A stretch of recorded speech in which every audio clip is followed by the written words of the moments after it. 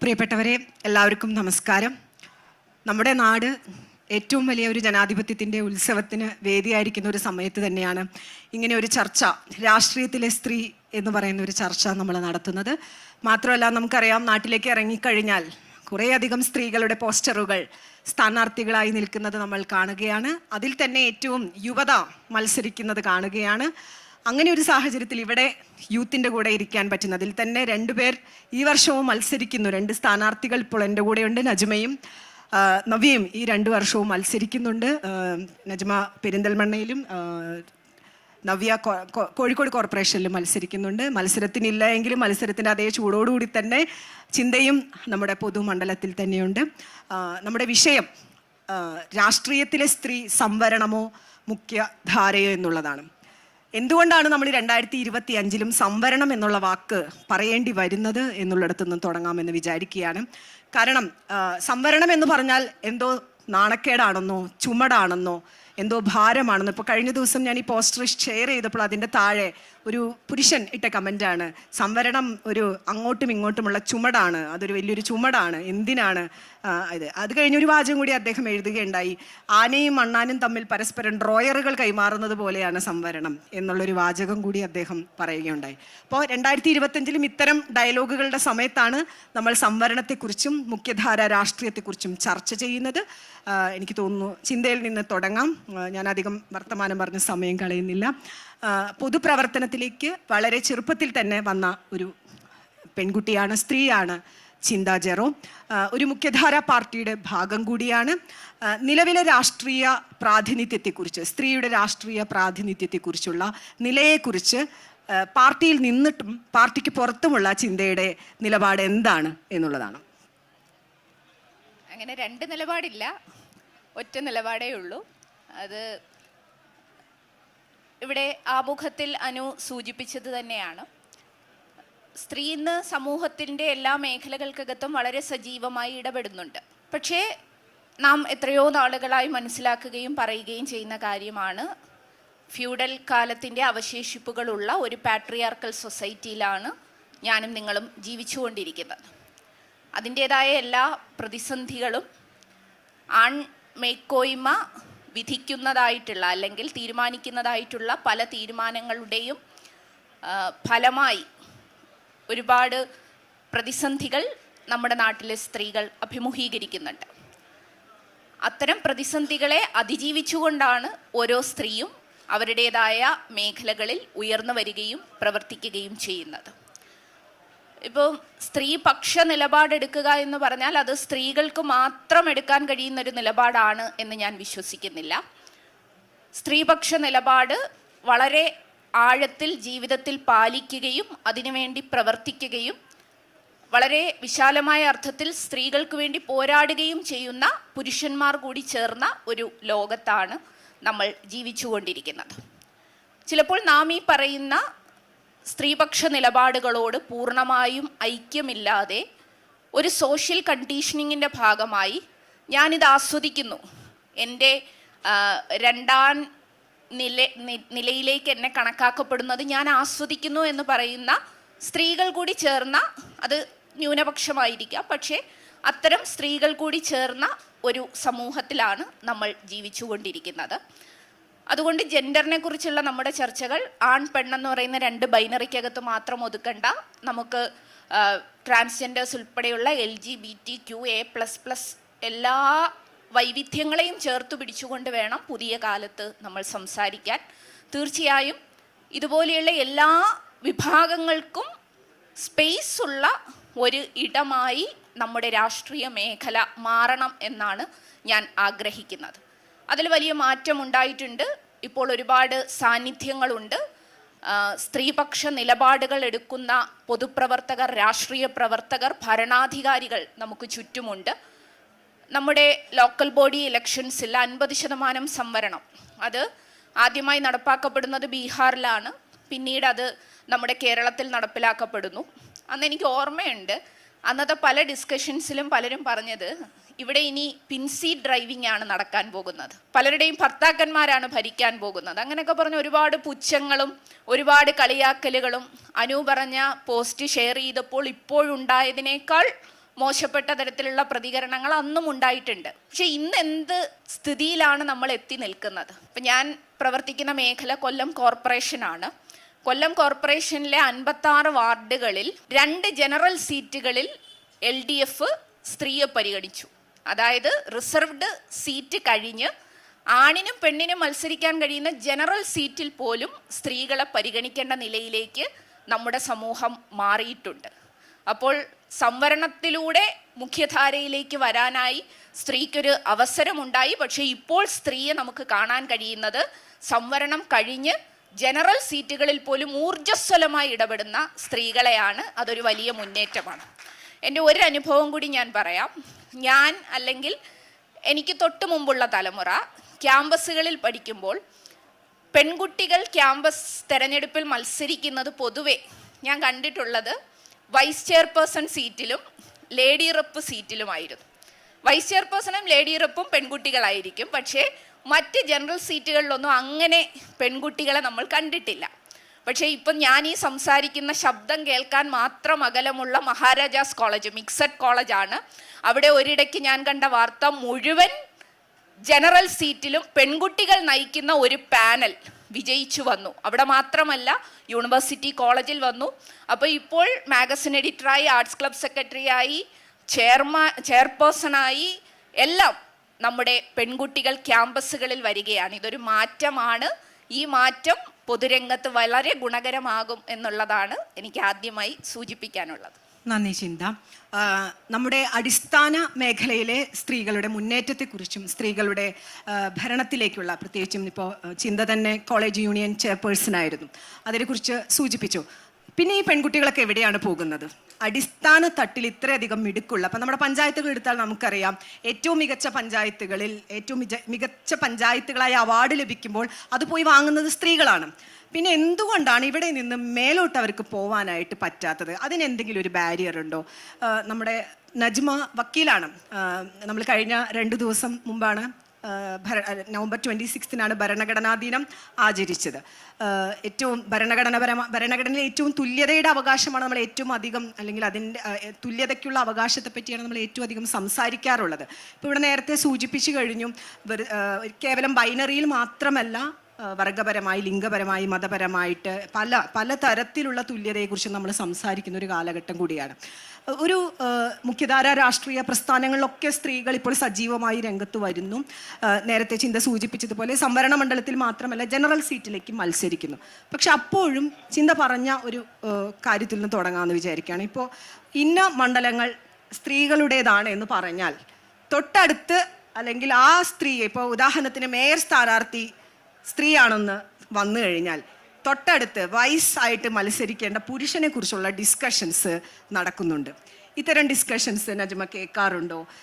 നജ്മ പ്രതിനിധാനം ചെയ്യുന്ന ഒരു രാഷ്ട്രീയ പ്രസ്ഥാനത്തിൽ നിന്നുകൊണ്ട് നജ്മ എങ്ങനെയാണ് ഇതിനെ കാണുന്നത്? ഈ സംവരണ സീറ്റിലെ സ്ത്രീയുടെ സാന്നിധ്യത്തെ എങ്ങനെയാണ് കാണുന്നത്? തീർച്ചയായിട്ടും സംവരണത്തിൽ നിന്ന് ജനറൽ സീറ്റിലേക്ക് മത്സരിക്കാനുള്ള ഉത്സാഹവും ഊർജവും ഒക്കെ സ്ത്രീകൾ കാണിക്കുന്നുണ്ട്. പക്ഷേ എന്നാലും ഇത്തരത്തിലുള്ള ഒരു ട്രെൻഡിനെ കുറിച്ച് എന്തുകൊണ്ടാണ് അത് അംഗീകരിക്കാനായിട്ട്, ഈ ഒരു കേപ്പബിലിറ്റിനെ അംഗീകരിക്കാനായിട്ട് ഈ മാറിയ സമൂഹത്തിൽ പറ്റാത്തത്? നമ്മൾ ഒരു തുടർച്ചയായിക്കൊണ്ട് പോവാണ്. ചിന്ത പറഞ്ഞു തുടങ്ങിയത് വലിയൊരു മാറ്റം നടക്കുന്ന ഒരു സമൂഹത്തിലാണ് നമ്മളുള്ളത്. അതിൽ നിന്ന് തന്നെ തുടങ്ങാം. ശരിയാണ്, ഇത് നമ്മുടെ സമൂഹം ഇപ്പോൾ ഭയങ്കര ഒരു ട്രാൻസ്ഫോർമേറ്റീവ് പീരീഡിലാണ് ഉള്ളത് എന്ന് നമുക്ക് പറയാൻ പറ്റും. അത് തുടങ്ങുന്നത് പെട്ടെന്ന് അങ്ങ് തുടങ്ങിയതല്ല, ഒരൊറ്റ രാത്രി കൊണ്ടുണ്ടായ ഒരു മാറ്റമാണ് എന്ന് തോന്നുന്നില്ല. കുറേ കാലങ്ങളായി നടന്നുകൊണ്ടിരിക്കുന്ന ഒരു പ്രോസസ്സിൻ്റെ റിസൾട്ട് ഇപ്പോൾ കൂടുതലായി വരുന്നു. ക്യാമ്പസിലേക്ക് പെൺകുട്ടികൾ കടന്നു വരുന്നതും ആ കടന്നു വന്ന പെൺകുട്ടികൾ ഇതുപോലെ തിരഞ്ഞെടുപ്പുകളിൽ മത്സരിക്കുന്നതും അതിൽ നിന്ന് മാറിക്കൊണ്ട് അവിടെ തന്നെ ഏറ്റവും ഈ പറഞ്ഞ സംവരണ സീറ്റുകളിലേക്ക് മത്സരിക്കുന്നു എന്നതിൽ കവിഞ്ഞ് അവർ ജനറൽ സീറ്റിലേക്ക് മത്സരിക്കുന്നതും അവർ കോളേജിന് നയിക്കുന്നതുമായിട്ടുള്ള സീൻ നമ്മൾ കാണാൻ തുടങ്ങിയിട്ട് വളരെ ചെറിയ കാലമേ ആയിട്ടുള്ളൂ. ആ കാലം കഴിഞ്ഞ് ഈ തെരഞ്ഞെടുപ്പിൽ, ഇപ്പോൾ ഈ 2025 തദ്ദേശ സ്വയംഭരണ തെരഞ്ഞെടുപ്പിൽ ഏറ്റവും വലിയ ചർച്ച ഇവിടെ മത്സരിച്ചുകൊണ്ടിരിക്കുന്ന യുവതയെക്കുറിച്ചാണ്. ജെൻസി പിള്ളേർ മത്സരിക്കുന്ന തെരഞ്ഞെടുപ്പാണിത് എന്നുള്ളത്. പ്രത്യേകിച്ച് എൻ്റെ രാഷ്ട്രീയ പാർട്ടിയിൽ നിന്നുള്ള അനുഭവം പറയുമ്പോൾ, മുസ്ലിം ലീഗ് എന്ന് പറയുന്ന രാഷ്ട്രീയ പാർട്ടിയിലാണ് ആ പാർട്ടിയാണ് ഞാൻ പ്രതിനിധാനം ചെയ്യുന്നത്. കഴിഞ്ഞ തദ്ദേശ സ്വയംഭരണ തെരഞ്ഞെടുപ്പിൽ കഴിഞ്ഞ 5 വർഷങ്ങൾക്ക് മുൻപ് പാർട്ടി ഒരു തീരുമാനമെടുത്തു. 3 പ്രാവശ്യം മത്സരിച്ചവരൊക്കെ മാറി നിൽക്കട്ടെ. ഈ സീനിയോറിറ്റി തുടർച്ചയായി 3 വർഷം മത്സരിച്ച ഒരാളും ഇനി മത്സരിക്കേണ്ട എന്ന് പറഞ്ഞ് കട്ടായം പറഞ്ഞ ആളുകളെ മാറ്റി നിർത്തി പുതിയ ആളുകൾ കടന്നു വരട്ടെ. ഞാൻ കഴിഞ്ഞ പ്രാവശ്യം തെരഞ്ഞെടുപ്പിൽ മത്സരിക്കുന്നത് തന്നെ എനിക്ക് തോന്നുന്നു ആ ഒരു തീരുമാനത്തിൻ്റെ ഭാഗമായിക്കൊണ്ടാണ് ഞാനടക്കം കടന്നു വരേണ്ടി വന്നത്. അല്ലെങ്കിൽ നമ്മൾ മത്സരിക്കാം എന്നൊക്കെ ഒരു മനസ്സിൽ വിചാരിക്കുന്ന ഒരു പീരീഡ് പോലും അല്ല. പക്ഷെ ഞാനടക്കമുള്ള എൻ്റെ സുഹൃത്തുക്കളടക്കമുള്ള കുറേ ആളുകൾ കടന്നു വന്ന ആ ഒരു തീരുമാനത്തിൻ്റെ ഭാഗമായിക്കൊണ്ടാണ്. അത് കഴിഞ്ഞ് അതൊരു വലിയൊരു വേവായിരുന്നു. ഇപ്പം ഞാൻ എൻ്റെ സ്വയം അനുഭവത്തിൽ നിന്ന് പറയുകയാണെങ്കിൽ അത് വലിയൊരു വേവായിരുന്നു. ഞാൻ കഴിഞ്ഞ 5 വർഷം ഇരുന്ന ഭരണസമിതിയിൽ മുസ്ലിം ലീഗിൻ്റെ മെമ്പർമാരിൽ ഒന്നൊഴിച്ച് ഇല്ല, ലീഗിൻ്റെ മെമ്പർമാരിൽ എല്ലാവരും ഫ്രഷ് ആയിരുന്നു, പുതിയ ആളുകളായിരുന്നു. വയസ്സ് പലതും ആയിരിക്കും കേട്ടോ, പക്ഷെ പുതിയ അവസരം കിട്ടിയ ആളുകളായിരുന്നു. ഇപ്പോൾ വീണ്ടും അങ്ങനെ ഒരു കാലം വന്നിരിക്കുകയാണ്. തദ്ദേശ സ്വയംഭരണ തെരഞ്ഞെടുപ്പ് ഇപ്പോൾ കുറച്ചുകൂടി പുതുമുഖങ്ങൾ വന്നു. കാരണം പുതുമുഖങ്ങളിലുള്ള വിശ്വാസം കുറച്ചുകൂടി കൂടണം, അഫേം ചെയ്യണം. ക്യാമ്പസുകളിൽ നിന്ന് പുറത്തിറങ്ങുന്ന അല്ലെങ്കിൽ ഭരണത്തിൽ ഏറ്റവും കേപ്പബിൾ ആയിട്ടുള്ള കുറേ ആളുകൾ ഇതാ പെണ്ണുങ്ങളുണ്ട് എന്ന് സമൂഹം തിരിച്ചറിഞ്ഞു തുടങ്ങി. അതുകൊണ്ട് തന്നെ സ്വാഭാവികമായും മറ്റുള്ള ഇടങ്ങളിലേക്ക് വരുമ്പോൾ ഇത്തരത്തിലുള്ള ചർച്ചകൾ കുറഞ്ഞിട്ടുണ്ട്. ഈ പറഞ്ഞ കണക്കെ ഒരു പഞ്ചായത്തിൽ പ്രസിഡന്റ് ഉണ്ടായിരുന്നു, അത് പിന്നെ സംവരണ സീറ്റാവുന്നു. പിന്നെ അടി നടക്കുന്നത് പ്രസിഡന്റിനല്ല വൈസ് പ്രസിഡന്റിനാണ് എന്നുള്ളതൊക്കെ ഒരു സാഹചര്യമാണ്. പക്ഷേ ഇപ്പം അത് അത്ര തന്നെ ഉണ്ടെന്ന് എനിക്ക് തോന്നുന്നില്ല. മുൻപുണ്ടായിരുന്ന പോലെ അങ്ങനെ ഇല്ല. ഈ പ്രസിഡന്റ് കാൻഡിഡേറ്റിന് തന്നെ തല്ലുണ്ടാവുന്നു വെച്ചാൽ അത്രയും കേപ്പബിൾ ആയിട്ടുള്ള സ്ഥാനാർത്ഥികൾ ഉണ്ടാവുന്നു, അത് മുന്നോട്ട് പോകുന്നു. വളരെ പോസിറ്റീവായിട്ടുള്ളൊരു മാറ്റമാണ് തദ്ദേശ സ്വയംഭരണ സ്ഥാപനങ്ങളിൽ നടന്നുകൊണ്ടിരിക്കുന്നത് എന്നാണ് അതിനെക്കുറിച്ച് എനിക്ക് പറയാനുള്ളത്. ഈ സംവരണത്തിൻ്റെ തന്നെ ഒരു ഘട്ടം വിട്ട് പോയിക്കൊണ്ടിരിക്കുന്നുണ്ട്. അത് പക്ഷേ ഇന്നിപ്പോൾ ഈ പറഞ്ഞ 2025 നമ്മൾ 50% സംവരണം നിർത്തിയാൽ കാണാം അത് എത്രത്തോളം വിട്ടുപോയിട്ടുണ്ട് ഇത്. പക്ഷെ എന്നാൽ പോലും ഒരു സീൽ കടന്നു കഴിഞ്ഞിട്ടുണ്ട്, ഒരു പടി മുന്നോട്ട് വെച്ച് കഴിഞ്ഞിട്ടുണ്ട്. ഇപ്പം നമ്മൾ തന്നെ ചർച്ച ചെയ്യുമ്പോൾ നമ്മൾ ടൈറ്റിൽ ഇങ്ങനെയാണ്, സംവരണം സ്ത്രീകൾ, രാഷ്ട്രീയത്തിലെ സ്ത്രീകൾ, സംവരണമോ മുഖ്യധാരയോ. അപ്പം എന്താണ് ഈ മുഖ്യധാര? സംവരണം മാറ്റി നിർത്തിയിട്ടുള്ള എന്തോ ഒരു സാധനമാണോ മുഖ്യധാര? മുഖ്യധാര എന്ന് പറഞ്ഞൊരു സാധനമുണ്ട്, അവിടെ കുറേ ആൾക്കാർക്ക് പ്രവേശനമുണ്ട്, അവിടെ ഇല്ലാത്ത കുറച്ച് ആൾക്കാരുണ്ട്, അവർക്ക് വേണ്ടിയിട്ട് ഞങ്ങൾ കുറച്ച് സംവരണം കൊണ്ടുവന്നിട്ടുണ്ട്. അപ്പോൾ ഇതതിൻ്റെ എന്ന് വെച്ചാൽ ഔട്ട് ഓഫ് ഫോക്കസ് ആയിട്ടുള്ള ഒരു സാധനമാണ്, അതുകൊണ്ട് ഞങ്ങൾ സംവരണം കൊണ്ടുവരുന്നു എന്ന് സംസാരിക്കേണ്ട കാലമാണ് ഇപ്പോഴും. നമ്മൾ ഈ പറയുന്ന പോസിറ്റീവ് ട്രെൻഡൊക്കെ നമ്മൾ കുറേ നമ്മളെ തന്നെ ആശ്വസിപ്പിക്കുകയും നമ്മൾ വളരെ ഇതുവരെ ഉണ്ടാവാത്തതുകൊണ്ട് ഭയങ്കര സന്തോഷപൂർവ്വം കാണുകയുമാണ്. പക്ഷെ നമ്മുടെ സമൂഹം പൂർണ്ണ തോതിൽ ഈ മുഖ്യധാരയിലേക്ക് നമ്മളെല്ലാവരും പ്ലേസ് ചെയ്ത് കഴിഞ്ഞിട്ടില്ല. അതിൻ്റെ ഒരു മാറ്റം ഇപ്പോഴുണ്ട്. ഇപ്പോഴും നമ്മൾ സംവരണത്തെക്കുറിച്ച് ചർച്ച ചെയ്യുമ്പോൾ സ്ത്രീകൾ എന്നതിലുപരിയായിക്കൊണ്ട് സംവരണം എന്ന് വാക്ക് കേൾക്കുമ്പോഴേ ഹാലിളകുന്ന മനുഷ്യന്മാർ ഇവിടെ ഉണ്ട്. 10-75 വർഷങ്ങൾ കഴിഞ്ഞില്ലേ ഇന്ത്യ സ്വതന്ത്രമായിട്ട്, ഇപ്പോഴും ജാതി സംവരണം അല്ലെങ്കിൽ ഈ പറഞ്ഞ കണക്കെ സ്ത്രീ സംവരണം എന്നൊക്കെ പറഞ്ഞ് നിങ്ങൾ ഇരിക്കുകയാണോ, പുരോഗമനം പോരെ എന്ന് ചോദിക്കുന്ന ആളുകളുണ്ട്. ഈ പറഞ്ഞാണെങ്കിൽ എനിക്ക് തോന്നുന്നു നമ്മുടെ ഭരണഘടന ഉണ്ടാക്കുന്ന ഡ്രാഫ്റ്റിംഗ് കമ്മിറ്റിയിൽ ഡിബേറ്റ്സിൽ പോലും സ്ത്രീ സംവരണത്തെക്കുറിച്ചുള്ള ചർച്ച വന്നപ്പോൾ സ്ത്രീ സംവരണം വേണ്ട, മെറിറ്റോറിയസ് ആയിട്ട് അവർ കയറി വരട്ടെ എന്നുള്ളതായിരുന്നു ഭൂരിപക്ഷത്തിൻ്റെ അഭിപ്രായം. പക്ഷേ അവിടെ ഒരു ദാക്ഷായണി വേലായുധനൊക്കെയാണ് സംവരണം വേണം എന്ന് പറഞ്ഞ് വാദിക്കുന്നത്. സംവരണം വേണം എന്ന് തോന്നുന്ന ഒരു സ്ത്രീ ആരാണ്? മറ്റുള്ളവർ സ്ത്രീകളായിരുന്നു, പക്ഷെ ആ തോന്നുന്ന സ്ത്രീ ആരാണ്? അത് ദാക്ഷായണി വേലായുധനാണ്, അല്ലെങ്കിൽ ഈ പറഞ്ഞ അടിച്ചമർത്തപ്പെട്ട ഒരു വർഗത്തിൻ്റെ പ്രതിനിധിയാണ്. അവർക്കത് മനസ്സിലാവുള്ളൂ. അതുകൊണ്ട് തന്നെ സംവരണം അതിൻ്റെ മേന്മകൾ ഉൾക്കൊണ്ടുകൊണ്ട് നമ്മൾ പുരോഗമിച്ചു കൊണ്ടിരിക്കുന്ന ഒരു സമൂഹമായി മുന്നേറുകയാണ്. സംവരണം ഒഴിവാക്കാനുള്ള പീരീഡായി എന്നൊക്കെ ആരെങ്കിലും വിചാരിക്കുന്നുണ്ടെങ്കിൽ അവർ വിഡ്ഢികളുടെ സ്വർഗത്തിലാണ്. അല്ല, നമുക്ക് ഇതിൻ്റെ ഒരു ഗുണഫലം പ്രയോജനപ്പെടുത്തി ഇനിയും ഒരുപാട് മുന്നോട്ട് പോകാനുണ്ട്. തീർച്ചയായിട്ടും നവ്യോടാണ്. ഇപ്പോൾ പലപ്പോഴും ഏറ്റവും അധികം അരാഷ്ട്രീയവാദികൾ എന്നുള്ള പേര് കേൾക്കാറുള്ള ടെക്കികളാണ്. ടെക്കികളെ പറ്റി അല്ലെങ്കിൽ IT പ്രൊഫഷണൽസിനെ കുറിച്ചൊക്കെ എപ്പോഴും പറയാറുണ്ട് രാഷ്ട്രീയവാദികളാണ്, അവർക്ക് രാഷ്ട്രീയത്തിൽ വലിയ ശ്രദ്ധയൊന്നുമില്ല എന്നൊക്കെ ഒരു അപമാനമോ അല്ലെങ്കിൽ അത്തരത്തിലുള്ള വാദങ്ങളൊക്കെ നമ്മൾ പലപ്പോഴും കേൾക്കാറുണ്ട്. എനിക്ക് തോന്നുന്നു IT ഫീൽഡിൽ നിന്നാണ് നേരെ രാഷ്ട്രീയത്തിലേക്ക് വരുന്നത്. ഇപ്പം നമ്മൾ പറഞ്ഞതുപോലെ സംവരണത്തെക്കുറിച്ച് എന്തുകൊണ്ടാണ് ചരിത്രപരമായ കാരണങ്ങൾ സംവരണത്തിന് പിന്നിലുണ്ട് എന്ന് മനസ്സിലാക്കാതെ, ഇപ്പം നേരത്തെ നജ്മ പറഞ്ഞ് അവസാനിപ്പിച്ചതിൽ നമുക്ക് തുടരാമെന്ന് തോന്നുകയാണ്. പലതരത്തിൽ എന്തുകൊണ്ടാണ് ഇപ്പോൾ ജാതി ആവട്ടെ, ഇപ്പം LGBTQ ആവട്ടെ, സ്ത്രീ ആവട്ടെ, അങ്ങനെ ഏത് വിഷയം എടുത്താലും സംവരണത്തിൻ്റെ പുറകിലുള്ള ഒരു രാഷ്ട്രീയ ചരിത്രത്തെക്കുറിച്ച്, അതിൻ്റെ ഒരു സാമൂഹിക ചരിത്രത്തെക്കുറിച്ച് ബോധമില്ലാത്ത അല്ലെങ്കിൽ അതിനെ മനസ്സിലാക്കാത്ത ആളുകൾ ഇപ്പോഴും കേരളത്തിലുണ്ട്. കേന്ദ്രം ഭരിക്കുന്നത് ഇപ്പോൾ BJP ആണ്. എന്താണ് നവ്യ വിചാരിക്കുന്നത്? ഇപ്പോൾ കേന്ദ്രത്തിലെ മന്ത്രിസഭയെ കുറിച്ചുള്ള സ്ത്രീകളുടെ പ്രാതിനിധ്യത്തെക്കുറിച്ചൊക്കെ നവ്യ പല വേദികളിൽ സംസാരിക്കാറുണ്ട്. നവ്യ തന്നെ ആദ്യം ഒരു സംവരണ സീറ്റിൽ ജയിച്ചു, അതിനുശേഷം ജനറൽ സീറ്റിൽ ജയിച്ചു, അതിനുശേഷം വീണ്ടും സംവരണ സീറ്റിലേക്ക് വന്നു. എന്താണ് നവ്യയുടെ ഒരു അഭിപ്രായം? ഈ സംവരണം ചരിത്രപരമായിട്ടുള്ള കാരണങ്ങൾ ഉൾക്കൊണ്ടുകൊണ്ടത് അതിൻ്റെ ഒരു ആവശ്യം എന്താണ്? കേരളം പോലുള്ള ഒരു സംസ്ഥാനത്തിൽ എന്താണ് നവ്യ എടുക്കുന്ന ഒരു നിലപാട്? ഞാൻ ഇന്നിവിടെ ഇരിക്കാൻ കാരണം സ്ത്രീ സംവരണമാണ് എന്നാണ് ഞാൻ വിശ്വസിക്കുന്നത്. കാരണം 2015 ഇലക്ഷൻ്റെ സമയത്ത് എൻ്റെ വാർഡ് സ്ത്രീ സംവരണമായി മാറിയപ്പോൾ സ്വാഭാവികമായിട്ടും ഇലക്ഷൻ്റെ സമയത്ത് ജനപ്രതിനിധികളെ തേടി, സ്ഥാനാർത്ഥികളെ തേടിയുള്ളൊരു പരക്കം പാച്ചിലുണ്ട്. ആ പാച്ചിലിനിടയിലാണ് എന്നെ കണ്ടെത്തിയതും നിർബന്ധപൂർവ്വം അവിടെ മത്സരിപ്പിച്ചതും. അപ്പോൾ ഒരിക്കലും രാഷ്ട്രീയത്തിലേക്ക് കടന്നു വരണം എന്നൊരാഗ്രഹിച്ചൊരു വ്യക്തിയല്ല ഞാൻ. എൻ്റെ ഫീൽഡ് വേറെയാണ്. ഒരു സോഫ്റ്റ്വെയർ എഞ്ചിനീയറായിട്ടൊരു മൾട്ടിനാഷണൽ കമ്പനിയിൽ വർക്ക് ചെയ്യുന്ന ആളാണ്. അപ്പോൾ രാഷ്ട്രീയം എന്ന് പറയുന്നത് ചിന്തകളില്ല. പക്ഷേ എൻ്റെ കുടുംബ പശ്ചാത്തലം എടുത്തു നോക്കുമ്പോൾ തീർച്ചയായിട്ടും ഒരു രാഷ്ട്രീയ പാരമ്പര്യമുള്ള കുടുംബത്തിൽ നിന്ന് തന്നെയാണ് ഞാൻ വരുന്നത്.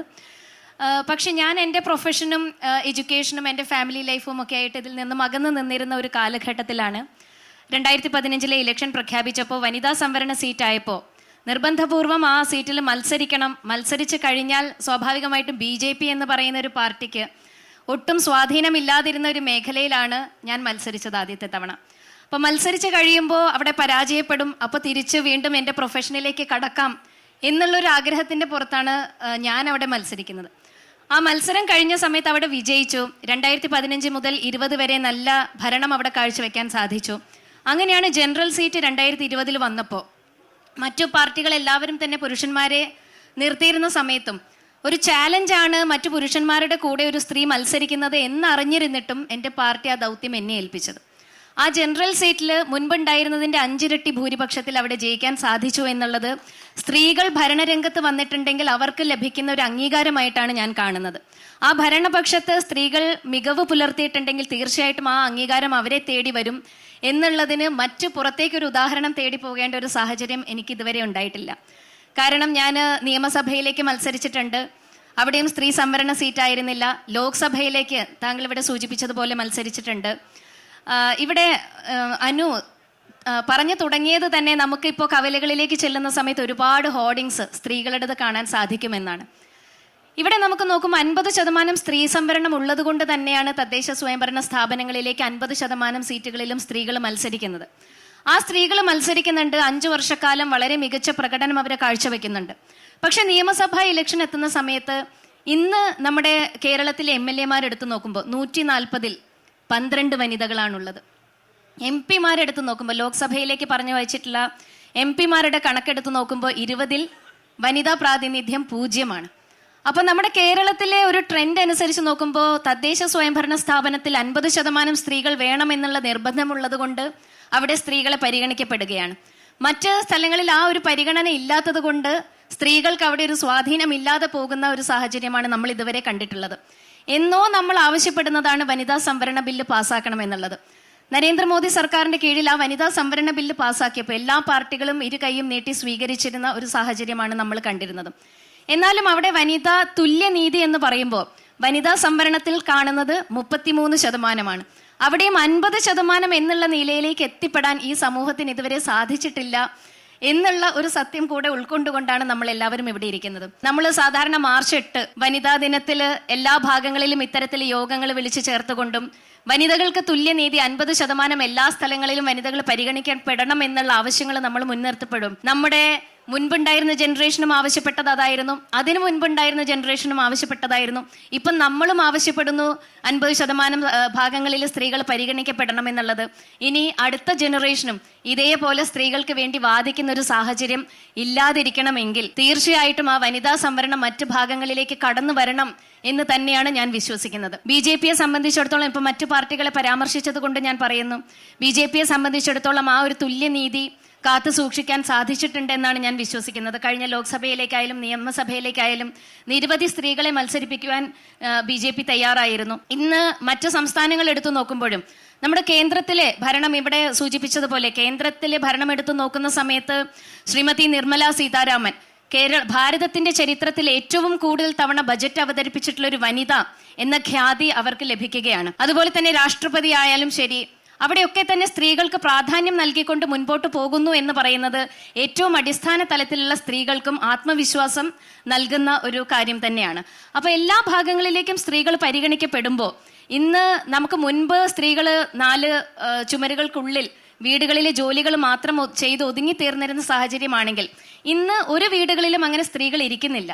എല്ലാ മേഖലകളിലേക്കും അധ്യാപകരായിട്ടും മൾട്ടിനാഷണൽ കമ്പനികളിലും എല്ലാം ആണുങ്ങളുടെ തുല്യമായിട്ടുള്ള ശമ്പളം വാങ്ങിക്കൊണ്ട് അതിൻ്റെ പ്രതിഫലം വാങ്ങിക്കൊണ്ടും അതോടൊപ്പം തന്നെ കുടുംബ പശ്ചാത്തലങ്ങൾ ഭദ്രമാക്കിക്കൊണ്ടും അവർ മുൻപോട്ട് പോകുമ്പോൾ എന്തുകൊണ്ട് രാഷ്ട്രീയത്തിൽ നിന്ന് മാത്രം അവരെ അകറ്റപ്പെടുന്നു എന്നുള്ളത് തീർച്ചയായിട്ടും നമ്മൾ ചർച്ച ചെയ്യപ്പെടേണ്ട വിഷയം തന്നെയാണ്. ഇവിടെ കറപ്ഷൻ എടുത്തു നോക്കുമ്പോൾ സ്ത്രീകൾ ജനപ്രതിനിധികളായിരിക്കുന്ന സ്ഥലങ്ങളിൽ കറപ്ഷന്റെ തോത് 70-75% കുറവാണ് എന്നാണ് കണക്കുകൾ സൂചിപ്പിക്കുന്നത്. എല്ലാ പുരുഷന്മാരും കറപ്റ്റഡ് ആണ് എന്നല്ല ഞാൻ പറയുന്നത്. പക്ഷെ സ്ത്രീകളെ സംബന്ധിച്ചിടത്തോളം ഏറ്റവും ജെന്യുവിൻ ആയിട്ട് ഒരു സമൂഹ ഭയത്തോടുകൂടെ ഈശ്വര ഭയത്തോടുകൂടെ അവർക്ക് കൃത്യനിർവഹണങ്ങൾ നടത്താൻ സാധിച്ചിട്ടുണ്ട് എന്നുള്ളത് സ്ത്രീകളുടെ ഒരു യോഗ്യത തന്നെയായിട്ട് ഞാൻ കണക്കാക്കുകയാണ്.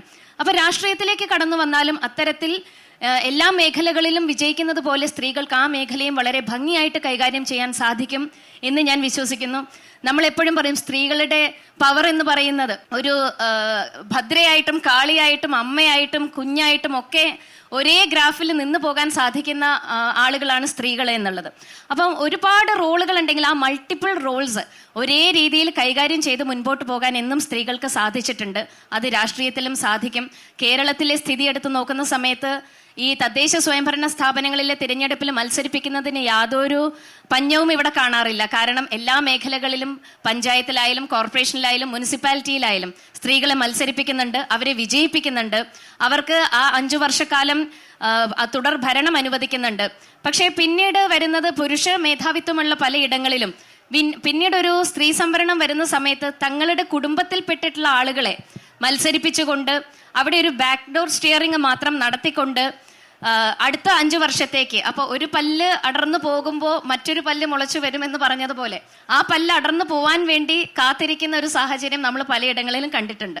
അതിലൊക്കെ ഒരു മാറ്റം വരണം. തീർച്ചയായിട്ടും എല്ലാ മേഖലകളിലും തുല്യതയോടുകൂടെ പരിഗണിക്കപ്പെടണം എന്നുള്ളത് തന്നെയാണ് എൻ്റെ ആവശ്യം. നവ്യ 3 പേരുടെയും അഭിപ്രായങ്ങളിൽ നിന്ന് സംവരണം കൊണ്ട് ശാക്തീകരിക്കപ്പെട്ടതിനെ കുറിച്ചും സംവരണം എന്തായാലും സ്ത്രീയുടെ ശാക്തീകരണം സാധ്യമാക്കി എന്നും ശാക്തീകരിക്കപ്പെട്ട സ്ത്രീകൾ മുഖ്യധാരയിൽ എങ്ങനെയാണ് അവരുടെ നിർണായകമായ പങ്കുകൾ വഹിക്കുന്നത് എന്നുമാണ് പറഞ്ഞുകൊണ്ടിരിക്കുന്നത്.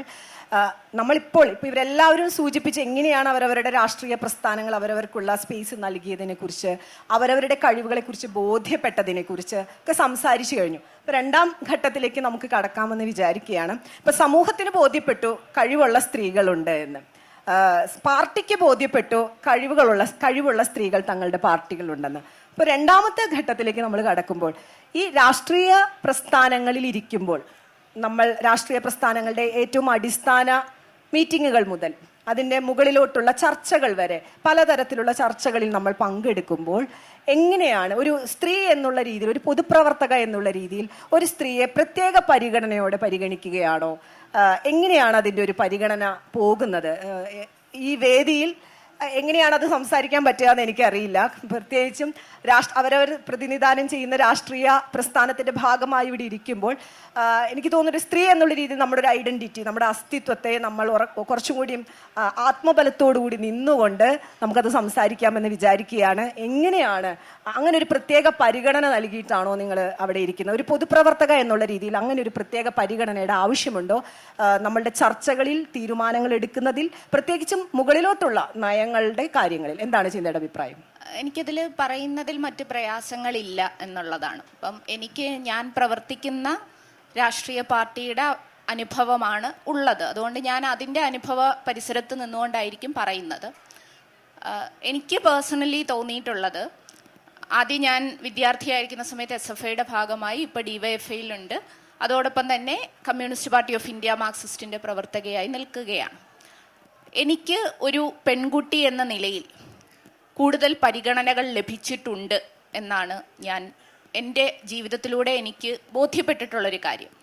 അത് മറ്റൊന്നും കൊണ്ടല്ല, ഒരു പക്ഷേ എനിക്കൊപ്പം പ്രവർത്തിക്കുന്ന പുരുഷ സഖാക്കൾ അവർ എനിക്ക് തുല്യമോ അല്ലെങ്കിൽ എന്നേക്കാൾ കൂടുതലോ ആയി പ്രവർത്തിക്കുകയോ അല്ലെങ്കിൽ കഴിവ് തെളിയിക്കുകയോ ചെയ്തിട്ടുണ്ടെങ്കിൽ പോലും എൻ്റെ പ്രസ്ഥാനം മുമ്പോട്ട് വയ്ക്കുന്ന ഒരു കാഴ്ചപ്പാടിൻ്റെ ഭാഗമായിട്ട് സ്ത്രീകൾക്ക് കൂടുതൽ പരിഗണനകൾ വേണം, സ്ത്രീകളെ ബോധപൂർവം ഡിസിഷൻ മേക്കിംഗ് ഇടങ്ങളിലേക്ക്, കമ്മിറ്റികളിലേക്ക് എടുക്കണം എന്നൊക്കെയുള്ള ഒരു കാഴ്ചപ്പാടുണ്ട്.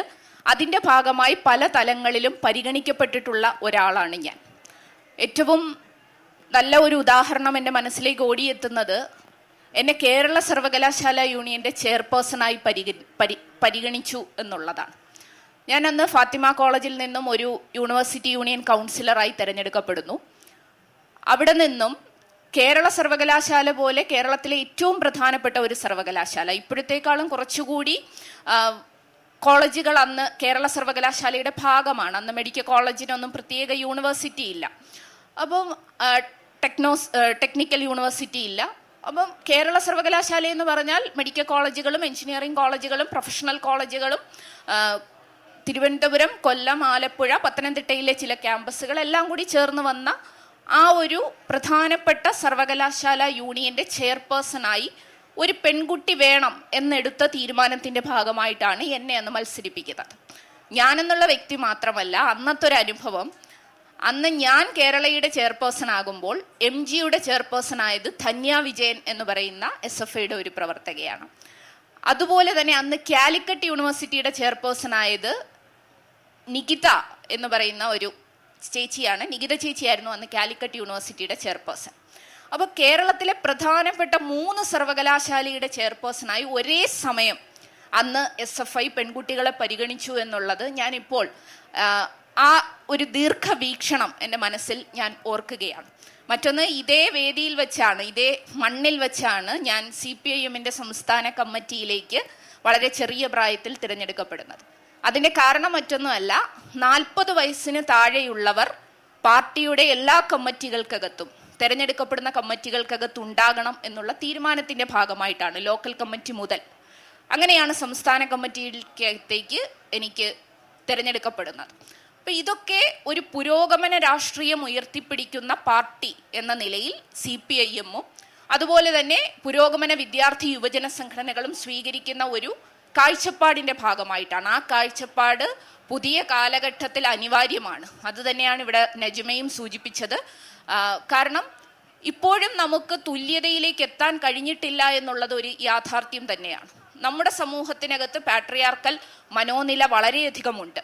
ഞാൻ എൻ്റെ മനസ്സിൽ ഓർമ്മ വരുന്നൊരു വാചകം, നമ്മുടെ മലയാളിയായിട്ടുള്ള UN-ലെ ദുരന്ത നിവാരണ വിഭാഗത്തിൻ്റെ തലവൻ, ഡിസാസ്റ്റർ റിസ്ക് റിഡക്ഷൻ്റെ തലവനായിട്ടുള്ള ശ്രീ മുരളി തുമ്മാരക്കുടി, അദ്ദേഹം പറഞ്ഞു, ഞങ്ങൾ അവിടെ മീറ്റിങ്ങുകൾ വിളിക്കുന്ന സമയത്ത് പാനൽ ഡിസ്കഷൻ എന്ന് പറഞ്ഞാൽ അതിൽ നിർബന്ധമായും സ്ത്രീ സാന്നിധ്യം വേണം, ഇല്ലെങ്കിൽ ഞങ്ങൾ അതിനെ മാനൽ എന്നാണ് വിളിക്കുന്നത്, പാനൽ എന്ന് ഞങ്ങൾ അംഗീകരിക്കാറില്ല എന്ന് മുരളി സർ അന്ന് പറഞ്ഞു.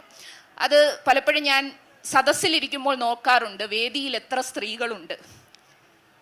പലപ്പോഴും നമ്മളെ നിരാശാജനകരാകാറാണ് പതിവ്. ചിലപ്പോഴൊക്കെ സ്ത്രീ സാന്നിധ്യം 1, 2, ഒരു 50% സ്ത്രീ സാന്നിധ്യം പൊതുവേദികളിൽ ഉണ്ടാകുന്നത് അപൂർവമാണ്. ഒരു സ്ത്രീയെങ്കിലും ഉണ്ടാകണം എന്നാണ് നമ്മൾ പലപ്പോഴും ആഗ്രഹിക്കുന്നത്. അതുപോലെ തന്നെയാണ് കേരളത്തിൻ്റെ ബഹുമാനായ മുഖ്യമന്ത്രിയും ഒരു ഘട്ടത്തിൽ അത് പറഞ്ഞു, ഗവൺമെൻറ് പരിപാടികളിൽ തീർച്ചയായും സ്ത്രീകൾ വേദിയിൽ ഉണ്ടായിരിക്കണം, സ്ത്രീ സാന്നിധ്യം ഉണ്ടായിരിക്കണം എന്നുള്ളത്. അപ്പോൾ അതൊക്കെ നമ്മൾ കണ്ണുവെച്ചെടുക്കേണ്ട ചില തീരുമാനങ്ങളായിട്ടാണ് ഞാൻ കാണുന്നത്. ഇതൊക്കെ സ്വാഭാവികമായി രൂപപ്പെട്ടു വരും. സ്ത്രീകൾ തുല്യതയിലേക്ക് എത്തും, സംവരണമില്ലാതെ അല്ലെങ്കിൽ ഇത്തരം ചില തിരഞ്ഞെടുപ്പുകളില്ലാതെ എത്തുമെന്ന് പറഞ്ഞാൽ അത് വളരെ ഡിഫിക്കൽട്ടാണ്. നമുക്ക് അങ്ങനൊരു നിലയിലേക്ക് എത്തണമെങ്കിൽ തീർച്ചയായും സംവരണം നിലനിന്നുകൊണ്ട് തന്നെ നമുക്ക് മുമ്പോട്ട് പോകാൻ പറ്റും. ഇത്രയും പ്രത്യേക പരിഗണനകൾ ലഭിച്ചിട്ടും നമ്മൾ ഇപ്പോഴും വനിതാ മുഖ്യമന്ത്രിയെ കുറിച്ചിട്ട് തന്നെയാണ് നമ്മൾ സംസാരിച്ചു കൊണ്ടിരിക്കുന്നത്. ചിന്ത പറയുന്നത് പോലെ അതിലേക്ക് നമ്മൾ എത്തുക തന്നെ ചെയ്യും. കാരണം പക്ഷെ എത്തുന്നതിന് പുറകിൽ ആരാണ് പ്രവർത്തിക്കേണ്ടത് എന്നുള്ളതാണ്. അതിൻ്റെ ബാധ്യത ആർക്കാണ്? ഇപ്പോൾ ചിന്ത ഇവിടെ പറഞ്ഞതുകൊണ്ട് ഞാൻ പറയാം, ഇപ്പോൾ വേദിയിൽ എങ്ങനെയാണ് സ്ത്രീകൾ ഇരിക്കേണ്ടത് എന്നുള്ളതിനെ കുറിച്ചിട്ട്. വേദിയിൽ ഒരു സ്ത്രീയെങ്കിലും വേണം. നിങ്ങൾ ശ്രദ്ധിച്ചു നോക്കൂ, ഇപ്പോൾ ഈ വേദിയിൽ പുരുഷന്മാരില്ല. കാരണം എന്തുകൊണ്ടാണ്? സംവരണത്തിൻ്റെ ചർച്ച, മുഖ്യധാരയിലേക്ക് വരേണ്ട ചർച്ച അതിൽ പുരുഷന്മാരല്ല, സ്ത്രീകൾ തന്നെ ചർച്ച ചെയ്ത്, സ്ത്രീകൾ തന്നെ പരിഹാരം കണ്ടുപിടിച്ച്, സ്ത്രീകൾ തന്നെ അത് നയിക്കണം എന്നുള്ള അതൊരു പൊതുബോധത്തിൻ്റെ ഫലമായി തന്നെയാണ് വരുന്നത്. ഇപ്പോൾ വനിതാ ദിനം അന്താരാഷ്ട്ര ദിനത്തിൽ ആരാണ് ചർച്ചയ്ക്ക് പോകുന്നത്, ആരാണ് ചർച്ച കേൾക്കുന്നത്? വനിതകൾ തന്നെ സംസാരിക്കാൻ വിളിക്കുന്നു, വനിതകൾ തന്നെ കേൾക്കുന്നു. അപ്പോൾ നമ്മൾ പലപ്പോഴും പറയാറുണ്ട്, അത് ഒരു വിഭാഗത്തിൻ്റെ മാത്രം ഉത്തരവാദിത്തമായിട്ടല്ല നമ്മളിത് കാണുന്നത്. ഈ അവസരത്തിൽ അത് ഓർത്തെന്ന് മാത്രം. നജ്മയോടാണ്. നജ്മ, പൊതുവെ ഈ രാഷ്ട്രീയ പ്രവർത്തനത്തിലേക്ക് ഏർപ്പെടുന്ന സ്ത്രീകൾ ഇപ്പോൾ പലപ്പോഴും ആദ്യമായി പറയുന്ന ഒരു സമൂഹത്തിൻ്റെയും കുടുംബത്തിൻ്റെയും അല്ലെങ്കിൽ പൊതുവെ നിൽക്കുന്ന ഒരു പാട്രിയാർക്കലായിട്ടുള്ള വ്യവസ്ഥയുടെ ഭാഗമായി വളരെ പ്രിജഡിസ് വരാറുണ്ട്. അതായത് കഴിവിൻ്റെ കാര്യത്തിലാണെങ്കിലും അവരുടെ പ്രവർത്തനങ്ങളുടെ കാര്യത്തിലാണെങ്കിലും ഇപ്പോൾ ഏറ്റവും അധികം അധിക്ഷേപങ്ങൾ, വ്യക്തിപരമായിട്ടുള്ള അധിക്ഷേപങ്ങൾ, ആക്ഷേപങ്ങൾ സഹിക്കേണ്ടി വരുന്ന ഒരു വിഭാഗമാണ് സ്ത്രീകൾ. പല തരത്തിലുള്ള വ്യക്തി ആക്ഷേപങ്ങൾ സഹിക്കേണ്ടി വരുന്നു. നേരത്തെ ഇവിടെ നവ്യ പറഞ്ഞതിൻ്റെ ഒരു കൂട്ടിച്ചേർത്തുകൊണ്ട് പറയാം, ഏറ്റവും കുറച്ച് അഴിമതി അല്ലെങ്കിൽ ഏറ്റവും സജീവം, ഇപ്പോൾ നമ്മൾ കഴിഞ്ഞ വർഷത്തെ പഞ്ചായത്തിൻ്റെ റിപ്പോർട്ടുകൾ എടുക്കുമ്പോൾ ഏറ്റവും അധികം പ്രവർത്തന പദ്ധതികൾ നടപ്പിലാക്കിയ പഞ്ചായത്തുകൾ എടുത്തു നോക്കുമ്പോൾ ഏറ്റവും അധികം വികാസ പ്രവർത്തനങ്ങൾ ഇതൊക്കെ സ്ത്രീകളാണ് ചെയ്തിട്ടുള്ളത്. പക്ഷേ ഇതേ സ്ത്രീകളെയാണ് രണ്ട് വൈരുദ്ധ്യമാണ്, രണ്ട് തട്ടിലാണ്. പൊതുവെ ഹിംസ, പോർവിളികൾ, ഇത്തരം കാര്യങ്ങളൊന്നും സ്ത്രീകൾ തമ്മിൽ നടത്തുന്നതായിട്ട് നമ്മളുടെ അനുഭവത്തിൽ നമ്മൾ കാണാറില്ല, വളരെ കുറവാണ്. ഈ ഒരു പോസിറ്റിവിറ്റിയെ പാർട്ടി അംഗീകരിക്കാറുണ്ടോ? പാർട്ടികൾ കണ്ടുപിടിക്കാറുണ്ടോ? അല്ല അതിനെ പ്രശംസിക്കാറുണ്ടോ? പൊതുസമൂഹത്തിൽ നിന്ന് അത്തരത്തിലുള്ള അപ്രീസിയേഷൻസ് കിട്ടാറുണ്ടോ മറ്റതിനെ അപേക്ഷിച്ച്? തീർച്ചയായും ഇതിൽ ചിന്ത പറഞ്ഞൊരു കാര്യത്തിൽ എനിക്കും കൂട്ടിച്ചേർക്കലുണ്ട്. ഇപ്പം പൊളിറ്റിക്കൽ പാർട്ടികൾ ബോധപൂർവം തന്നെ സ്ത്രീകളെ പരിഗണിക്കുന്നുണ്ട്. അത് കൃത്യമായ പരിഗണനയാണ്. എന്ന് വെച്ചാൽ ഇതൊരു മുഖ്യധാരയാവുന്നു, ഈ മുഖ്യധാരയിൽ പ്രവർത്തിക്കുന്ന എല്ലാവർക്കും ഞങ്ങൾ അർഹിക്കുന്ന പ്രാതിനിധ്യം നൽകുന്നു എന്നതിനപ്പുറത്തേക്ക് സ്ത്രീകൾക്ക് ചില അധിക പ്രാതിനിധ്യം നൽകി വരാറുണ്ട്. അത് ഈ കാലം ആവശ്യപ്പെടുന്ന ഒരു കാര്യം കൂടിയാണ്. കാരണം അങ്ങനെ അല്ലാതെ സർവൈവ് ചെയ്യാൻ പറ്റാത്ത രൂപത്തിലേക്ക് ഇവിടുത്തെ സ്ത്രീകൾ മാറിക്കഴിഞ്ഞു എന്നതുകൊണ്ടാണ് അങ്ങനെ ബോധപൂർവമായൊരു ശ്രമത്തിലേക്ക് വരുന്നത്. ഇപ്പോൾ മുസ്ലിം യൂത്ത് ലീഗിൻ്റെ ഇപ്പോൾ പുതിയ കമ്മിറ്റി, ഞാൻ യൂത്ത് ലീഗിൻ്റെ ഭാഗമാണ്, പുതിയ കമ്മിറ്റികൾ വന്നുകൊണ്ടിരിക്കുക. അപ്പോൾ ഇതിൽ നിർബന്ധിത സംവരണമുണ്ട്. അടിത്തട്ട് മുതൽ ഏറ്റവും അടിത്തട്ടിലുള്ള ശാഖാ കമ്മിറ്റികളാണ്. അവിടെ മുതൽക്ക് അങ്ങോട്ട് നിർബന്ധമായും സ്ത്രീകൾ പങ്കാളികളായിരിക്കണം എന്ന് പറയുന്ന ഒരു സർക്കുലർ ഇറങ്ങുന്നത് ഇപ്പോഴാണ്. അപ്പോൾ പലപ്പോഴും ചോദിക്കും, അങ്ങനെ ഒരു സംവരണമൊക്കെ വെക്കേണ്ടതുണ്ട്. കാരണം ഇവിടെ എല്ലാത്തിലും അത് വെക്കേണ്ടതുണ്ട്. നമ്മൾ ഈ രാഷ്ട്രീയത്തെക്കുറിച്ച് നമ്മൾ ചർച്ച ചെയ്യുന്ന നമ്മളെല്ലാവരും അതിലുള്ളിൽ പങ്കെടുക്കുന്ന ആളുകളായതുകൊണ്ടും ഏറ്റവും കൂടുതൽ വിസിബിലിറ്റി കിട്ടുന്ന ഒരു ഇടമായതുകൊണ്ടുമാണ് എല്ലായിടത്തും ഇതാ ഞാൻ പറയുന്ന അധികാര സ്ഥാനങ്ങളിൽ സ്ത്രീകൾ എത്തുന്ന എല്ലായിടത്തും ഈ പ്രശ്നമുണ്ട്. അപ്പം ഇവിടുന്ന് കുറച്ചപ്പുറമാണ് കേരള ഹൈക്കോടതി. ഇപ്പം നിലവിലെ സാർ ഇവിടെ ഇരിക്കുന്നുണ്ട്, നമ്മുടെ സീനിയർ വക്കീലാണ്, സാറിനറിയാം. ഇപ്പം നിലവിൽ എനിക്ക് തോന്നുന്നു 41 ജഡ്ജിമാരാണ് ഹൈക്കോടതിയിലുള്ളത്. അതിൽ 2 വിമൻ ജഡ്ജസ് ആണ് ഉള്ളത്. 2022 തോന്നുന്നു ഏറ്റവും ഹയസ്റ്റ് റേറ്റ് ഉണ്ടായത്. 38 ജഡ്ജിമാരുള്ളതിൽ 7 ജഡ്ജിമാർ വനിതകളാണ്. അതാണ് കേരളത്തിൻ്റെ ചരിത്രത്തിൽ ഏറ്റവും വലുത്. 38 ജഡ്ജിമാരിൽ 7 വനിതകളുണ്ട്. ഇപ്പം നിലവിൽ എത്രയുണ്ട്? 2 വനിതകളുണ്ട്. അതങ്ങനെ ആയിത്തീരുന്നത് എന്തുകൊണ്ടാണ്? ഞാൻ പറയുന്നത് രാഷ്ട്രീയത്തിലും നമ്മളില്ല എന്ന് വെച്ചാൽ അധികാര സ്ഥാനങ്ങളിലേക്ക് എത്തുമ്പോൾ എല്ലായിടത്തും ഒരു തഴയപ്പെടൽ ഉണ്ടാകുന്നുണ്ട്. പൊളിറ്റിക്സ് എന്ന് പറയുന്നത് കുറച്ചുകൂടി വലിയൊരു അധികാരത്തിൻ്റെ കളി ആയതുകൊണ്ടാണ് അവിടെ ഇത് കുറച്ചുകൂടി ഭയങ്കരമായിട്ട് ഉണ്ടാവുന്നതും അത് വിസിബിൾ ആവുന്നതും ചെയ്യുന്നത്. ഇതിങ്ങനെ എത്തും. ഈ പറഞ്ഞ കണക്ക് ഒരു സ്ത്രീക്ക് എത്ര വേണമെങ്കിലും വളരാം, പക്ഷേ അവിടെ ഒരു സീൽ അവർ ഇട്ടിട്ടുണ്ട്. നമ്മളെപ്പോഴും പറയുന്ന ഒരു ഗ്ലാസ് സീൽ എന്ന് പറയുന്ന ഒരു സാധനം ഇട്ടിട്ടുണ്ട്.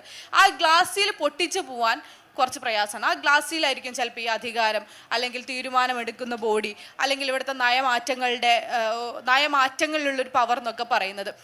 നേരത്തെ നിങ്ങൾ സൂചിപ്പിച്ച പോലെ തന്നെ കോവിഡ് കാലത്തുണ്ടായ ലോകം മുഴുക്കെ കോവിഡ് കാലത്ത് ഏറ്റവും നന്നായി അവരുടെ സ്റ്റേറ്റിനെ മാനേജ് ചെയ്ത ഭരണാധികാരികൾ ആരാണ് എന്ന് നോക്കുമ്പോൾ അത് സ്ത്രീകളായിരുന്നുവല്ലോ.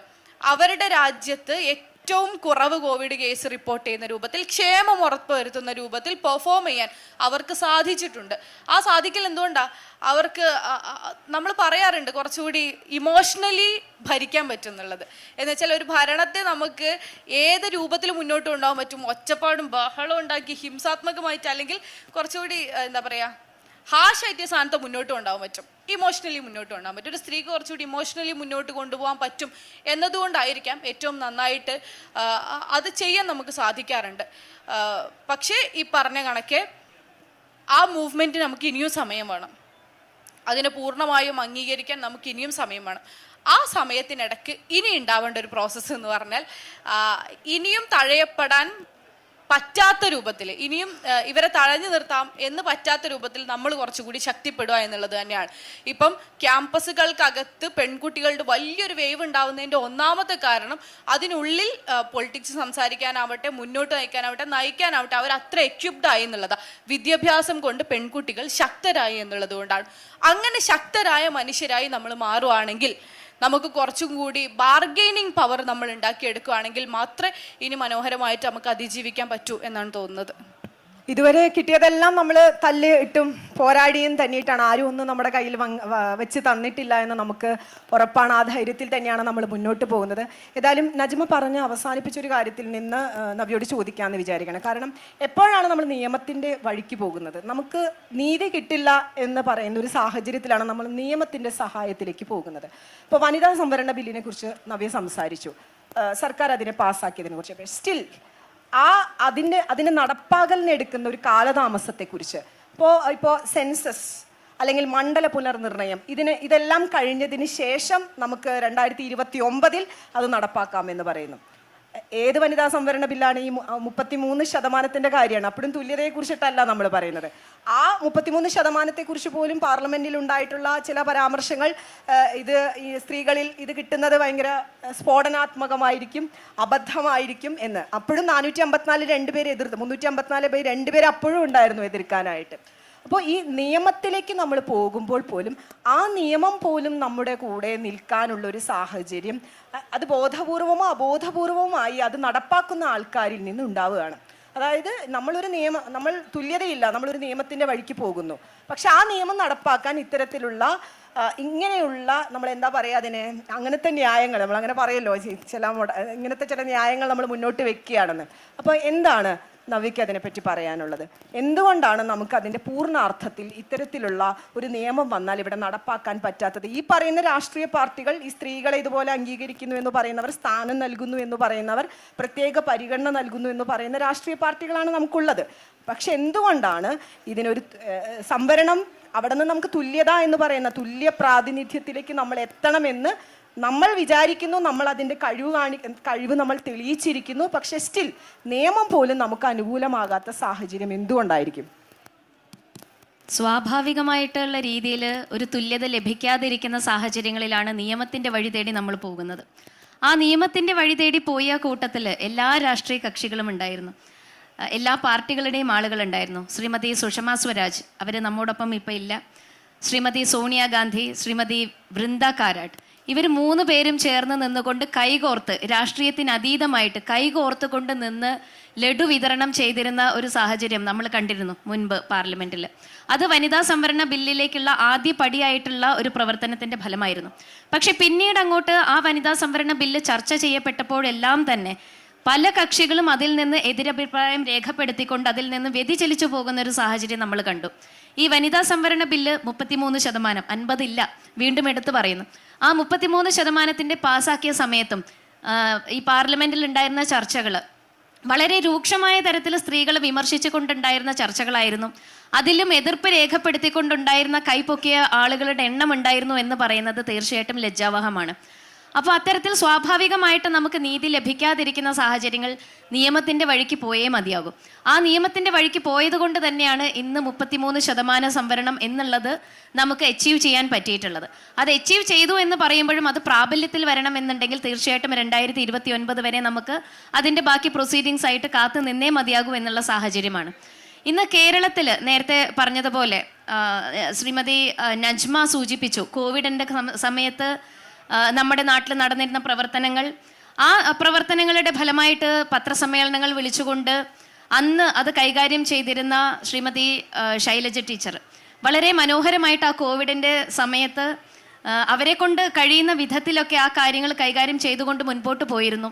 കഴിഞ്ഞ മന്ത്രിസഭയിൽ താരതമ്യേന മികവുറ്റൊരു പ്രവർത്തനം കാഴ്ചവെക്കാൻ അവർക്ക് സാധിച്ചിരുന്നെങ്കിലും പിന്നീടുണ്ടായിരുന്ന മന്ത്രിസഭയിൽ ഒരു മന്ത്രിസ്ഥാനം അവർക്ക് നീട്ടി നൽകാൻ ഈ മന്ത്രിസഭ തയ്യാറായില്ല എന്നുള്ളതും വളരെ ബുദ്ധിമുട്ടോടുകൂടെ തന്നെയാണ് നമ്മൾ കണ്ടിട്ടുള്ളത്. എന്നും കേരളത്തിൻ്റെ ആവശ്യമായിട്ട് നമ്മൾ എപ്പോഴും പറയാറുള്ളതാണ് ഒരു വനിതാ മുഖ്യമന്ത്രി നമ്മുടെ കേരളത്തിന് വേണമെന്നുള്ളത്. ഇന്ന് LDF ആയാലും UDF ആയാലും മാറി മാറി ഭരിച്ചിട്ടും ഒരു വനിതാ മുഖ്യമന്ത്രിയെ കൊണ്ടുവരാൻ നമ്മുടെ കേരളത്തിന് ഇതുവരെ സാധിച്ചിട്ടില്ല. ഏറെ പ്രത്യാശയോടുകൂടെ കേരം തിങ്ങും കേരളനാട് KR ഗൗരി ഭരിച്ചിടും എന്നൊക്കെ പറഞ്ഞുകൊണ്ടുള്ള ഒരു മുദ്രാവാക്യങ്ങളുമായിട്ട് ഇലക്ഷനെ നേരിട്ടിരുന്ന ഒരു കാലഘട്ടം ഓരോ ഇലക്ഷൻ വരുമ്പോഴും നമ്മൾ സ്മരിക്കുകയാണ്. പക്ഷെ അന്നും ഭൂരിപക്ഷത്തോടുകൂടെ, നല്ല ഭൂരിപക്ഷത്തോടുകൂടെ വിജയിച്ച് കയറാൻ സാധിച്ചിരുന്നെങ്കിലും ഈ കേരം തിങ്ങും കേരളനാട്ടിൽ KR ഗൗരിക്ക് ഭരിക്കാൻ സാധിച്ചില്ല എന്ന് പറയുന്നത് സ്ത്രീകളെ അകറ്റി നിർത്തുന്നു. ജനങ്ങൾക്ക് പ്രത്യാശ നൽകിക്കൊണ്ട് സ്ത്രീ മുഖ്യധാരയിലേക്ക് വരും, ഒരു മുഖ്യമന്ത്രി കസേര അലങ്കരിക്കാൻ ഒരു സ്ത്രീ വരും എന്നുള്ള ഒരു വാഗ്ദാനം നൽകിക്കൊണ്ട്, എന്നുള്ളൊരു പ്രത്യാശ ജനങ്ങൾക്ക് നൽകിക്കൊണ്ട് സീറ്റ് ലഭിച്ചതിന് ശേഷം അവരെ അകറ്റി നിർത്തുന്ന ഒരു പ്രവണത അത് ഇന്നും തുടർന്നു പോരുന്നു എന്ന് തന്നെയാണ് ഞാൻ മനസ്സിലാക്കുന്നത്.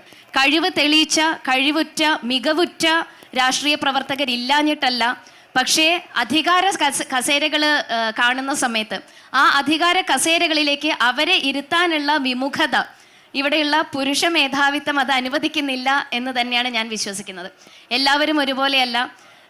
നേരത്തെ ശ്രീമതി ചിന്ത ജെറോം സൂചിപ്പിച്ചതുപോലെ രാഷ്ട്രീയക്കാർക്കിടയിലും സ്ത്രീകൾ വളർന്നു വരണമെന്ന് ആഗ്രഹിക്കുന്നവരും സ്ത്രീകളെ സംരക്ഷിച്ച്, മകളെപ്പോലെ സഹോദരിയെപ്പോലെ സംരക്ഷിച്ച് നിർത്തുന്ന നിരവധി ആളുകൾ ഉള്ളത് കൊണ്ട് തന്നെയാണ് ഇന്നും രാഷ്ട്രീയത്തിൽ ഞാൻ തുടരുന്നത്. അപ്പോൾ സ്ത്രീകൾക്ക് പരിഗണന പലയിടങ്ങളിലും ലഭിക്കാറുണ്ട്. ആ പരിഗണന തുടർന്നും ലഭിക്കുമെന്ന് തന്നെയാണ് ഞാൻ വിശ്വസിക്കുന്നതും. മുഖ്യധാരയിലേക്ക് അവർ കടന്നു വരണമെന്ന് യഥാർത്ഥമായിട്ടുള്ള ആഗ്രഹത്തോടു കൂടെ അവരെ കൈപിടിച്ച് ഉയർത്തുന്ന നിരവധി പുരുഷന്മാരുണ്ട്. അവർ നമ്മുടെ വീടുകളിൽ തന്നെയുണ്ട്. കാരണം പലയിടങ്ങളിലും പല വീടുകളിൽ നിന്നും ഇന്ന് സ്ത്രീകൾക്ക് ഈ മുഖ്യധാരയിലേക്ക് കടന്നു വരണമെന്നുണ്ടെങ്കിൽ എല്ലാ വീടുകളിലും പണ്ടുണ്ടായിരുന്നത് പുരുഷന്മാർ ഏൺ ചെയ്യുന്നു, അവർ വീട്ടിൽ കൊണ്ടു കൊടുക്കുന്നു, അമ്മമാരത് മക്കൾക്കും കുടുംബത്തിനുമായിട്ട് വീതിക്കുന്നു, വീട്ടിലെ കാര്യങ്ങൾ നോക്കി ഒതുങ്ങി നിൽക്കുന്നു. പക്ഷെ ഇപ്പോൾ അതെല്ലാം മറികടന്നുകൊണ്ട് സ്ത്രീകൾ വീടുകളിൽ നിന്നും പുറത്തേക്ക് ഇറങ്ങുന്നുണ്ടെങ്കിൽ അതിനുള്ള വഴി ഒരുക്കി കൊടുക്കുന്നതും വീട്ടിലെ പുരുഷന്മാർ തന്നെയാണ്. അവരെ ഒപ്പത്തിനൊപ്പം നിർത്താൻ വേണ്ടി പരിശ്രമിക്കുന്നതും അവരെ സമൂഹത്തിന്റെ മുഖ്യധാരയിലേക്ക് കൊണ്ടുവരുന്നതും ഇന്ന് രാഷ്ട്രീയത്തിൽ ഇറങ്ങി പ്രവർത്തിക്കുന്ന സ്ത്രീകളുടെയൊക്കെ പുറകിൽ ഒരു പുരുഷന്റെ വിജയത്തിന് പുറകിൽ സ്ത്രീ ഉണ്ട് എന്ന് പറയുന്നത് പോലെ സ്ത്രീയുടെ വിജയത്തിന് പിന്നിൽ മിക്കവാറും പുരുഷന്മാരുണ്ട് എന്നുള്ളത് നമ്മൾ വിശ്വസിക്കുകയാണ്. അവരുടെ വീട്ടിലെ സഹോദരനായിട്ടും ഭർത്താവായിട്ടും പിതാവായിട്ടും അവരെ സംരക്ഷിച്ചു പോരുന്ന നിരവധി ആളുകളുണ്ട്. അപ്പോൾ രണ്ടും ഒരു പാരലലി കൊണ്ടുപോകാൻ ഇന്ന് നമ്മുടെ പൊതുസമൂഹത്തിന് സാധിക്കുന്നുണ്ടെങ്കിലും പലയിടങ്ങളിലും അതിൽ നിന്നും വ്യതിചലിച്ചുകൊണ്ട് ഒറ്റപ്പെട്ട സംഗതികളായിട്ട് ഇന്ന് മാറി നിൽക്കുന്ന നിരവധി ആളുകൾ നമ്മുടെ ഇടയിലുണ്ട്. അത് കഴിവല്ല അവിടെ മാനദണ്ഡം, മറ്റു പലതുമാണ് അവിടെ മാനദണ്ഡം. ഇത് പറയുന്നത് പോലെ അധികാര കസേരയിൽ ആരിയ്ക്കണം എന്നുള്ളത് തീർച്ചയായിട്ടും നിശ്ചയിക്കുന്നത് പല മേഖലകളിലും കോർ കമ്മിറ്റികൾ നമ്മൾ പറയും. ആ കോർ കമ്മിറ്റികളിൽ തന്നെ എത്രത്തോളം സ്ത്രീകളുണ്ട് എന്നുള്ളത് കൂടെ നമ്മൾ ചിന്തിക്കേണ്ടതാണ്. ഇവിടെ തദ്ദേശ സ്വയംഭരണ സ്ഥാപനങ്ങളിലേക്കുള്ള 50% വരുമ്പോൾ ഈ നമ്മുടെ കമ്മിറ്റികളിലൊക്കെ പറയുന്ന സമയത്ത് സ്ത്രീകളുടെ എണ്ണം ഇത്രത്തോളം വേണം എന്നുള്ള രീതിയിൽ, അത് ജില്ലകളിലായാലും ശരി സംസ്ഥാനത്തായാലും ശരി, ഇത്രത്തോളം എണ്ണം 20 ഉണ്ടെങ്കിൽ സ്ത്രീകൾ ഇത്ര എന്ന് പറയുന്ന രീതിയിലേക്ക്, 20 ഉണ്ടെങ്കിൽ 20ലും കഴിവ് തികഞ്ഞ ആളുകൾ എന്നുള്ള തരത്തിലല്ല പലയിടത്തും പരിഗണിക്കുന്നത്. അപ്പം 20 കസേരകൾ ഉണ്ടെങ്കിൽ അതിൽ ഇത്ര സ്ത്രീകൾ, ബാക്കിയുള്ള ആളുകൾക്ക് മാറ്റിവെക്കുന്നു എന്നുള്ള തരത്തിലേക്ക് മാറിപ്പോകുന്ന ഒരു സംവിധാനം ഇന്നും നമ്മുടെ നാട്ടിലുണ്ട്, നഗരത്തിലുണ്ട്, കേരളത്തിലുണ്ട്. ഇതിനൊരു മാറ്റം തീർച്ചയായിട്ടും വരും കാലഘട്ടങ്ങളിൽ ഉണ്ടാകട്ടെ എന്നുള്ളൊരു പ്രതീക്ഷയാണ്. അതിനു വേണ്ടിയിട്ടുള്ള പരിശ്രമമാണ് നമ്മുടെ ഓരോരുത്തരുടെയും ഭാഗത്തു നിന്നും ഉയർന്നു വരുന്നത്. ഒരു വനിതാ ദിനം വരുന്ന സമയത്ത് മാത്രം വനിതകൾക്ക് വേണ്ടി സംസാരിച്ചത് കൊണ്ട് കാര്യമില്ല. എല്ലാ കാലങ്ങളിലും വനിതകൾക്ക് വേണ്ടി സംസാരിച്ചുകൊണ്ടും ഇന്ന് നമ്മുടെ ഈ ഒരു മനോരമ ഹോർത്തൂസിൻ്റെ പരിപാടിയിലും ഇത്തരത്തിലുള്ളൊരു വിഷയം വെച്ച് 1 മണിക്കൂർ സമയം ഇതിനു വേണ്ടി മാറ്റിവെച്ചിരിക്കുന്ന ഒരു അറ്റംപ്റ്റിനെയും ഞാൻ തീർച്ചയായിട്ടും പ്രോത്സാഹിപ്പിക്കുകയാണ്. അതിനെ ഞാൻ അഭിനന്ദിക്കുകയാണ്. കാരണം ഇത് തീർച്ചയായിട്ടും ഇന്ന് നമ്മുടെ സമൂഹത്തിൽ നേരിടുന്ന ഒരു വിഷയം തന്നെയാണ്. എന്നും എക്കാലവും നേരിടുന്ന വിഷയമാണ്. തുടർന്നും ആ വിഷയം നേരിട്ട് കൊണ്ടേയിരിക്കും ഈ സമൂഹത്തിൽ എന്ന് തന്നെയാണ് ഞാൻ വിശ്വസിക്കുന്നത്. ഓഡിയൻസിന് ചോദ്യം ചോദിക്കാനുള്ള കുറച്ച് സമയം കൊടുക്കണമെന്നാണ് പറയുന്നത്. അതെ, ഇതിനൊരു മറുപടി പറയേണ്ടതുണ്ട്. നവ്യയ്ക്ക് എന്തുകൊണ്ടാണ്, ഓഡിയൻസിന് മൈക്ക് തരാം. നവ്യ പറഞ്ഞതിന് ചിന്തയ്ക്കും നജ്മയ്ക്ക് എന്തായാലും മറുപടി കാണുമെന്ന് ഉറപ്പാണ്. ഒരു കാര്യം മാത്രം പറയാം. നേരത്തെ നവ്യ സൂചിപ്പിച്ചതുപോലെ ഇപ്പോൾ ഗൗരിയമ്മയുടെ വിഷയവും ശൈലജ ടീച്ചറുടെ വിഷയമൊക്കെ ഇവിടെ സൂചിപ്പിച്ചു. ഇതേ ഗൗരിയമ്മയെയും ഇതേ ശൈലജ ടീച്ചറെയും അല്ലെങ്കിൽ ഏത് പാർട്ടിയിലെ സ്ത്രീ എടുത്താലും നിങ്ങൾ നോക്കിയാൽ അറിയാം, ഏറ്റവും അധികം സ്ലട്ട് ഷെയ്മിങ്ങുകൾ, ഏറ്റവും അധികം അബ്യൂസുകൾ എങ്ങനെയാണ് ഒരു വനിതാ പ്രതിനിധി, ഒരു രാഷ്ട്രീയ പ്രതിനിധി ആയിട്ടുള്ള ഒരു സ്ത്രീയെ പൊതുസമൂഹം, നമ്മളിപ്പോൾ ഇത്രയും സമയം വളരെ ഹാപ്പി ന്യൂ ഇയർ ആണെന്ന് പറഞ്ഞ് ഈ പൊതുസമൂഹത്തിൽ നിന്നാണ് ഏറ്റവും അധികം, ഒരുപക്ഷെ ഗൗരിയമ്മയുടെ കാലത്ത് സോഷ്യൽ മീഡിയ ഉണ്ടായിരുന്നില്ലെന്നേ ഉള്ള വ്യത്യാസമേ ഉള്ളൂ, പക്ഷെ അത്രയധികം ആരോപണങ്ങളും ആക്ഷേപങ്ങളും സഹിച്ച ഒരു സ്ത്രീയാണ്. അവരുടെ ആത്മകഥ നമ്മൾ വായിച്ചിട്ടുണ്ട്, അവരുടെ നിരവധിയായിട്ടുള്ള പ്രസ്താവങ്ങൾ. അതുപോലെ തന്നെ ശൈലജ ടീച്ചറെ ഇപ്പോഴെങ്ങനെയാണ് സംബോധന ചെയ്യുന്നതെന്ന് നമുക്കറിയാം. അപ്പോൾ ഇങ്ങനെ കൂടിയുള്ള ഒരു സമൂഹത്തിൽ തന്നെയാണ് നമ്മൾ നിൽക്കുന്നത്. നമ്മൾ എത്ര പറഞ്ഞാലും രാഷ്ട്രീയ നേതാക്കളുടെ പ്രസ്താവനകൾ, ഇത്രയധികം എഡ്യൂക്കേറ്റഡ് ആയിട്ടുള്ള ഒരു സമൂഹത്തിൽ എങ്ങനെയാണ് പ്രസ്താവനകൾ വരുന്നത്? സ്ത്രീ സ്വാതന്ത്ര്യത്തെക്കുറിച്ച്, സ്ത്രീ സമത്വത്തെക്കുറിച്ച്, ക്യൂർ രാഷ്ട്രീയത്തെക്കുറിച്ച് ഇപ്പോഴും വരുന്ന അബദ്ധ പ്രസ്താവനകൾ, മനുഷ്യവിരുദ്ധ പ്രസ്താവനകൾ കണ്ടുകൊണ്ടിരിക്കുമ്പോൾ തന്നെയാണ് നമ്മൾ ഈ ചർച്ച നടത്തുന്നത് എന്നുകൂടി ഓർമ്മിപ്പിച്ചുകൊണ്ട് എനിക്ക് തോന്നുന്നു ചിന്തയ്ക്കും നജ്മയ്ക്കും ഒരു മറുപടി പറയാനുള്ള സമയം കൂടി കൊടുത്തിട്ട് ഓഡിയൻസിൽ മൈക്ക് കൊടുക്കാം. ചിന്ത അല്ല, ഇവിടെ ഇപ്പം അവതരിപ്പിച്ചത് കേട്ടപ്പോൾ ശൈലജ ടീച്ചറിൻ്റെ പ്രവർത്തനങ്ങളെ BJPയുടെ പ്രതിനിധി അംഗീകരിക്കുന്നു. അത് ശൈലജ ടീച്ചർ എന്നുള്ള വ്യക്തിക്ക് മാത്രമുള്ള അംഗീകാരമല്ല, ഒന്നാം പിണറായി വിജയൻ ഗവൺമെൻറ്റിൻ്റെ ഭാഗമായി ടീച്ചർ നടത്തിയ LDFൻ്റെ ഗവൺമെൻറ്റിനുള്ള അംഗീകാരമായി കാണുന്നു. അതിന് BJPയുടെ പ്രതിനിധിയോടുള്ള നന്ദി ആദ്യമായി തന്നെ അറിയിക്കുകയാണ്. മറ്റൊരു കാര്യം, ശൈലജ ടീച്ചർ നന്നായി പെർഫോം ചെയ്തിട്ടും ടീച്ചറിനെ അടുത്ത തവണ മന്ത്രിയാക്കിയില്ലല്ലോ എന്നൊരു ദുഃഖം അവരിവിടെ പങ്കുവയ്ക്കുകയുണ്ടായി. ആരായിരുന്നു ആ മന്ത്രിസഭയിൽ മോശമായിട്ടുണ്ടായിരുന്നത് എന്നുകൂടി പറയണം. മേഴ്സിക്കുട്ടിയമ്മ മോശമായിരുന്നോ? അതുപോലെ തന്നെ ആ മന്ത്രിസഭയിൽ ഉണ്ടായിരുന്ന ധനകാര്യ വകുപ്പ് മന്ത്രി ശ്രീ തോമസ് ഐസക് മോശമായിരുന്നോ? സഖാവ് VP ജയരാജൻ മോശമായിരുന്നോ? അപ്പം ഈ ഏറ്റവും മികവാർന്ന മന്ത്രിമാരെ തന്നെയാണ് LDF ഗവൺമെൻറ്, ഒന്നാം പിണറായി വിജയൻ ഗവൺമെൻറ്റിൻ്റെ ഭാഗമായി മുമ്പോട്ട് വച്ചത്. പക്ഷേ അടുത്ത ഘട്ടത്തിൽ ഒരു തുടർ ഭരണം സാധ്യമായപ്പോൾ നമ്മുടെ മുന്നണിയും പാർട്ടി എടുത്തൊരു ലൈനെന്ന് പറഞ്ഞാൽ, മുൻപ് മന്ത്രിമാരായവരാരും തന്നെ പുതിയ മന്ത്രിസഭയിൽ മന്ത്രിമാരാകേണ്ടതില്ല എന്നുള്ളതാണ്. നിങ്ങളതിന് പുതിയ ഒരു സ്റ്റേറ്റ്മെൻറ്റ് ഉണ്ടാക്കിയെടുക്കുകയാണ്, ശൈലജ ടീച്ചറെ മാത്രം മാറ്റി നിർത്തി. അത് ശരിയായിട്ടുള്ള ഒരു കാഴ്ചപ്പാടല്ല. ടീച്ചറിനെ മാത്രമല്ല, ആ മന്ത്രിസഭയിൽ ഉണ്ടായിരുന്ന ഒരു മന്ത്രിമാരും അടുത്ത മന്ത്രിസഭയിൽ മന്ത്രിയായിട്ടില്ല. കാരണം എന്താ? ഇവിടെ തന്നെ പറഞ്ഞു, ചെറുപ്പക്കാർ വരണം, പുതുരക്തം വരണം, പുതിയ അനുഭവ സമ്പത്തുള്ളവർ വരണം. അതുകൊണ്ട് തെല്ല് മോശമായിട്ടില്ല. ഇന്ന് കേരളത്തിൻ്റെ ധനവകുപ്പെല്ലാം നേടിയിട്ടുള്ള നേട്ടം, ഇപ്പം നവകേരള പ്രഖ്യാപനം കൂടി വന്നപ്പോൾ ഈ നാട്ടിലെ ജനങ്ങളുടെ എല്ലാവരുടെയും ജീവിതത്തെ സ്പർശിക്കുകയാണ് സഖാവ് പിണറായി വിജയൻ ഗവൺമെൻറ്. വീട്ടമ്മമാരുടെ പെൻഷൻ, ഇതുപോലൊരു വേദിയിൽ അത്രയും വിപ്ലവകരമായ തീരുമാനമെടുത്ത ഗവൺമെൻറ്റിനെ നമുക്ക് അംഗീകരിക്കാതിരിക്കാൻ, അഭിനന്ദിക്കാതിരിക്കാൻ കഴിയില്ല. ഒരുപാട് കാണാപ്പണികൾ ചെയ്തുകൊണ്ടിരുന്നവരാണ് നമ്മുടെ വീട്ടിലെ സ്ത്രീകൾ. ഞാൻ തന്നെ പലരോടും പറയും, എൻ്റെ കൂട്ടുകാരികളോട് ചോദിക്കും ഇപ്പം എന്ത് ചെയ്യുന്നു എന്ന് ചോദിക്കുമ്പോൾ പലരും പറയും ഒന്നും ചെയ്യുന്നില്ല. ഇവിടെ ഇവർ രണ്ടും പറഞ്ഞു, മൾട്ടി ടാസ്കിങ് ചെയ്യുന്നവരാണ് സ്ത്രീകൾ. രാവിലെ കുക്കിൻ്റെ പണി ചെയ്യും, പിന്നീട് സ്വീപ്പറിൻ്റെ ജോലി ചെയ്യും, പിന്നീട് അലക്കുകാരൻ്റെ ജോലി ചെയ്യും, ഇതിനിടയിൽ അധ്യാപികയാണെങ്കിൽ പോയി ആ പണിയെടുക്കും, അഭിഭാഷകയാണെങ്കിൽ ആ പണിയെടുക്കും. അതെല്ലാം കഴിഞ്ഞ് തിരിച്ചു വന്ന് വീണ്ടും ചിലയിടത്ത് തട്ടുദോശ പോലെ ലൈവായിട്ട് ഭക്ഷണം കിട്ടിയാലേ, ലൈവ് കിച്ചൺ ഉണ്ടെങ്കിലേ ചില വീടുകളിലൊക്കെ മുമ്പോട്ട് പോകൂ. അതുകൊണ്ട് പിന്നെ രാത്രിയും വന്ന് കുക്കിൻ്റെ പണിയെടുക്കും സ്ത്രീകൾ, വീട്ടമ്മമാർ. അപ്പോൾ നമ്മുടെ നാട്ടിലെ വീട്ടമ്മമാരുടെ കാണാപ്പണികൾക്കുള്ള അംഗീകാരമാണ് വീട്ടമ്മമാരുടെ പെൻഷൻ എന്ന ഒരു തീരുമാനം നവകേരള പ്രഖ്യാപനത്തിൻ്റെ ഭാഗമായി സ്വീകരിച്ചത്. ഈ ഗവൺമെൻറ് സ്ത്രീകൾക്കൊപ്പം നിൽക്കുന്ന ഗവൺമെൻറ്റാണ്, സ്ത്രീപക്ഷ ഗവൺമെൻറ്റാണ്.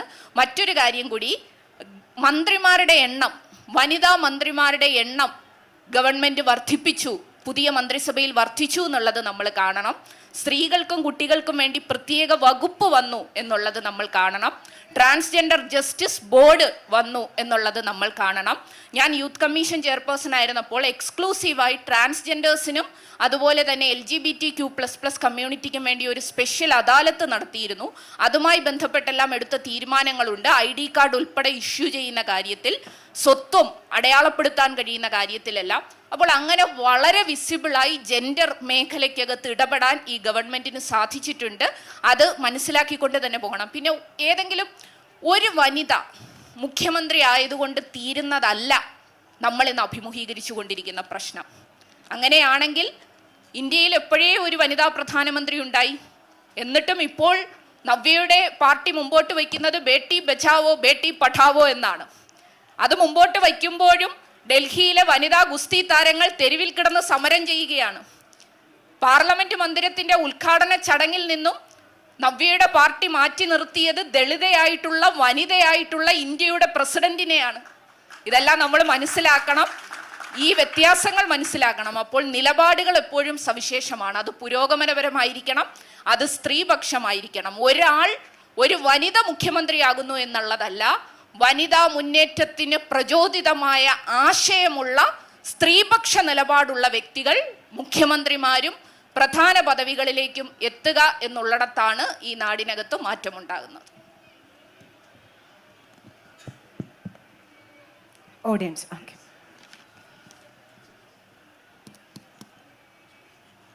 ഹലോ, എനിക്ക് ചിന്ത ജെറോമിനോടാണ്, പിന്നെ മാത്രമല്ല അനൂപ് അപ്പച്ചനും പറഞ്ഞു, നമ്മൾ എന്തിനാണ് പരിഗണന എന്ന് പറയുന്നത്? പരിഗണന ഒഴിവാക്കേണ്ട ഒരുപാട് സമയമായല്ലോ. അപ്പം നമ്മുടെ റൈറ്റാണത്. അപ്പം എൻ്റെ റൈറ്റായിട്ട് എന്നെ നിർദ്ദേശിച്ചു എന്ന് പറയാം. അപ്പം അത് തിരുത്തേണ്ടതാണ്. അങ്ങനെ തന്നെ പറഞ്ഞ പരിഗണന ഉപയോഗിക്കുന്നത് എന്നാണ്. അല്ല, പരിഗണിച്ചു എന്ന് പറഞ്ഞു ഓരോ പോസ്റ്റിലേക്ക്. ദെൻ നെക്സ്റ്റ് എനിക്കൊരു കാര്യം എന്താണ് നവ്യ ഹരിദാസിനോടാണ് പറയാനുള്ളത്. നമ്മളിപ്പം പല നിങ്ങൾ ആവർത്തിച്ചു, ഞങ്ങൾ എന്താ പറയുക, അമ്മ, മകളാണ്, സഹോദരിയാണ്, എന്താണ് ഭദ്രയാണ്, കാളിയാണ്, ഇതൊന്നും ഇല്ലാതെ സ്ത്രീക്ക് ഐഡൻറ്റിറ്റി ഉണ്ടല്ലോ. നമ്മൾ ഹ്യൂമൻ ബീയിങ് ആണ്. അപ്പോൾ അതുകൊണ്ട് അങ്ങനെയുള്ള ഒരു ഇത് നിങ്ങൾക്ക് വെക്കാമല്ലോ. അപ്പോൾ മകളാണ്, ഇപ്പോൾ ബേട്ടി ബച്ചാവോ, ഒരു ഹ്യൂമൻ ബീയിങ്ങിന് ഒരു ഫീമെയിൽ ഫീറ്റിസൈഡ് എന്നൊക്കെയാണ് നേരത്തെ ഉപയോഗിച്ചുകൊണ്ടിരുന്നത്.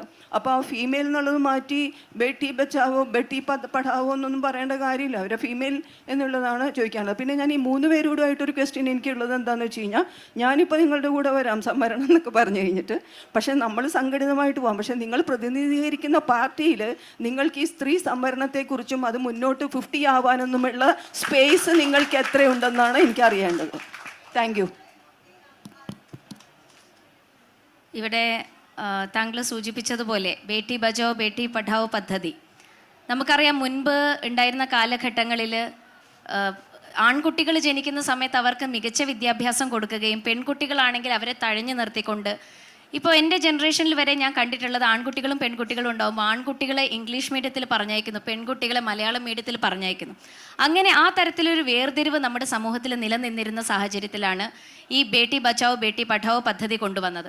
അവിടെ ഫീറ്റിസൈഡ് താങ്കൾ സൂചിപ്പിച്ചതുപോലെ അതിൻ്റെ തോത് പെൺകുട്ടികളാണ് എന്ന് അറിഞ്ഞിട്ടുണ്ടെങ്കിൽ ഉടൻ തന്നെ ഭ്രൂണഹത്യയ്ക്ക് പ്രേരിപ്പിക്കുന്ന തരത്തിലുള്ള പ്രവർത്തനങ്ങളുമായിട്ട് നമ്മുടെ നാട്ടിൽ മുൻപോട്ട് പോയപ്പോൾ ഇത് പ്രാബല്യത്തിൽ കൊണ്ടുവന്നതിന് ശേഷം ഇന്ന് നമ്മുടെ റേഷ്യോ എടുത്ത് നോക്കുമ്പോൾ 1000 പുരുഷന്മാർക്ക് 1020 സ്ത്രീകൾ എന്നുള്ള നിലയിലേക്ക് നമ്മുടെ റേഷ്യോ ഉയർത്തിയെടുക്കാൻ സാധിച്ചത് തീർച്ചയായിട്ടും ആ പദ്ധതി നിലവിൽ വന്നതുകൊണ്ട് തന്നെയാണ് എന്നാണ് ഞാൻ വിശ്വസിക്കുന്നത്. പിന്നെ നമ്മുടെ രാഷ്ട്രീയത്തിൽ എത്രത്തോളം സ്പേസ് ക്രിയേറ്റ് ചെയ്യാൻ സാധിക്കുമെന്നുള്ള കാര്യത്തിലും ഇന്ന് 50% വരുന്ന നമ്മുടെ പോപ്പുലേഷൻ സ്ത്രീകൾ തന്നെയാണ്. ആ 50% വരുന്ന പോപ്പുലേഷന് പ്രതിനിധീകരിക്കുന്ന ഒരു ഭാരതീയ മഹിളാ മോർച്ചയുടെ സ്റ്റേറ്റ് പ്രസിഡന്റ് എന്നുള്ള നിലയിൽ തീർച്ചയായിട്ടും എനിക്ക് പറയാൻ സാധിക്കും, ആ BJP എന്ന പാർട്ടിക്കകത്ത് സ്ത്രീകൾക്ക് അതിൻ്റേതായിട്ടുള്ള സ്വാധീനവും ആ ഒരു സ്പേസും നൽകുന്നുണ്ട് എന്നുള്ള കാര്യത്തിൽ യാതൊരു സംശയവുമില്ല.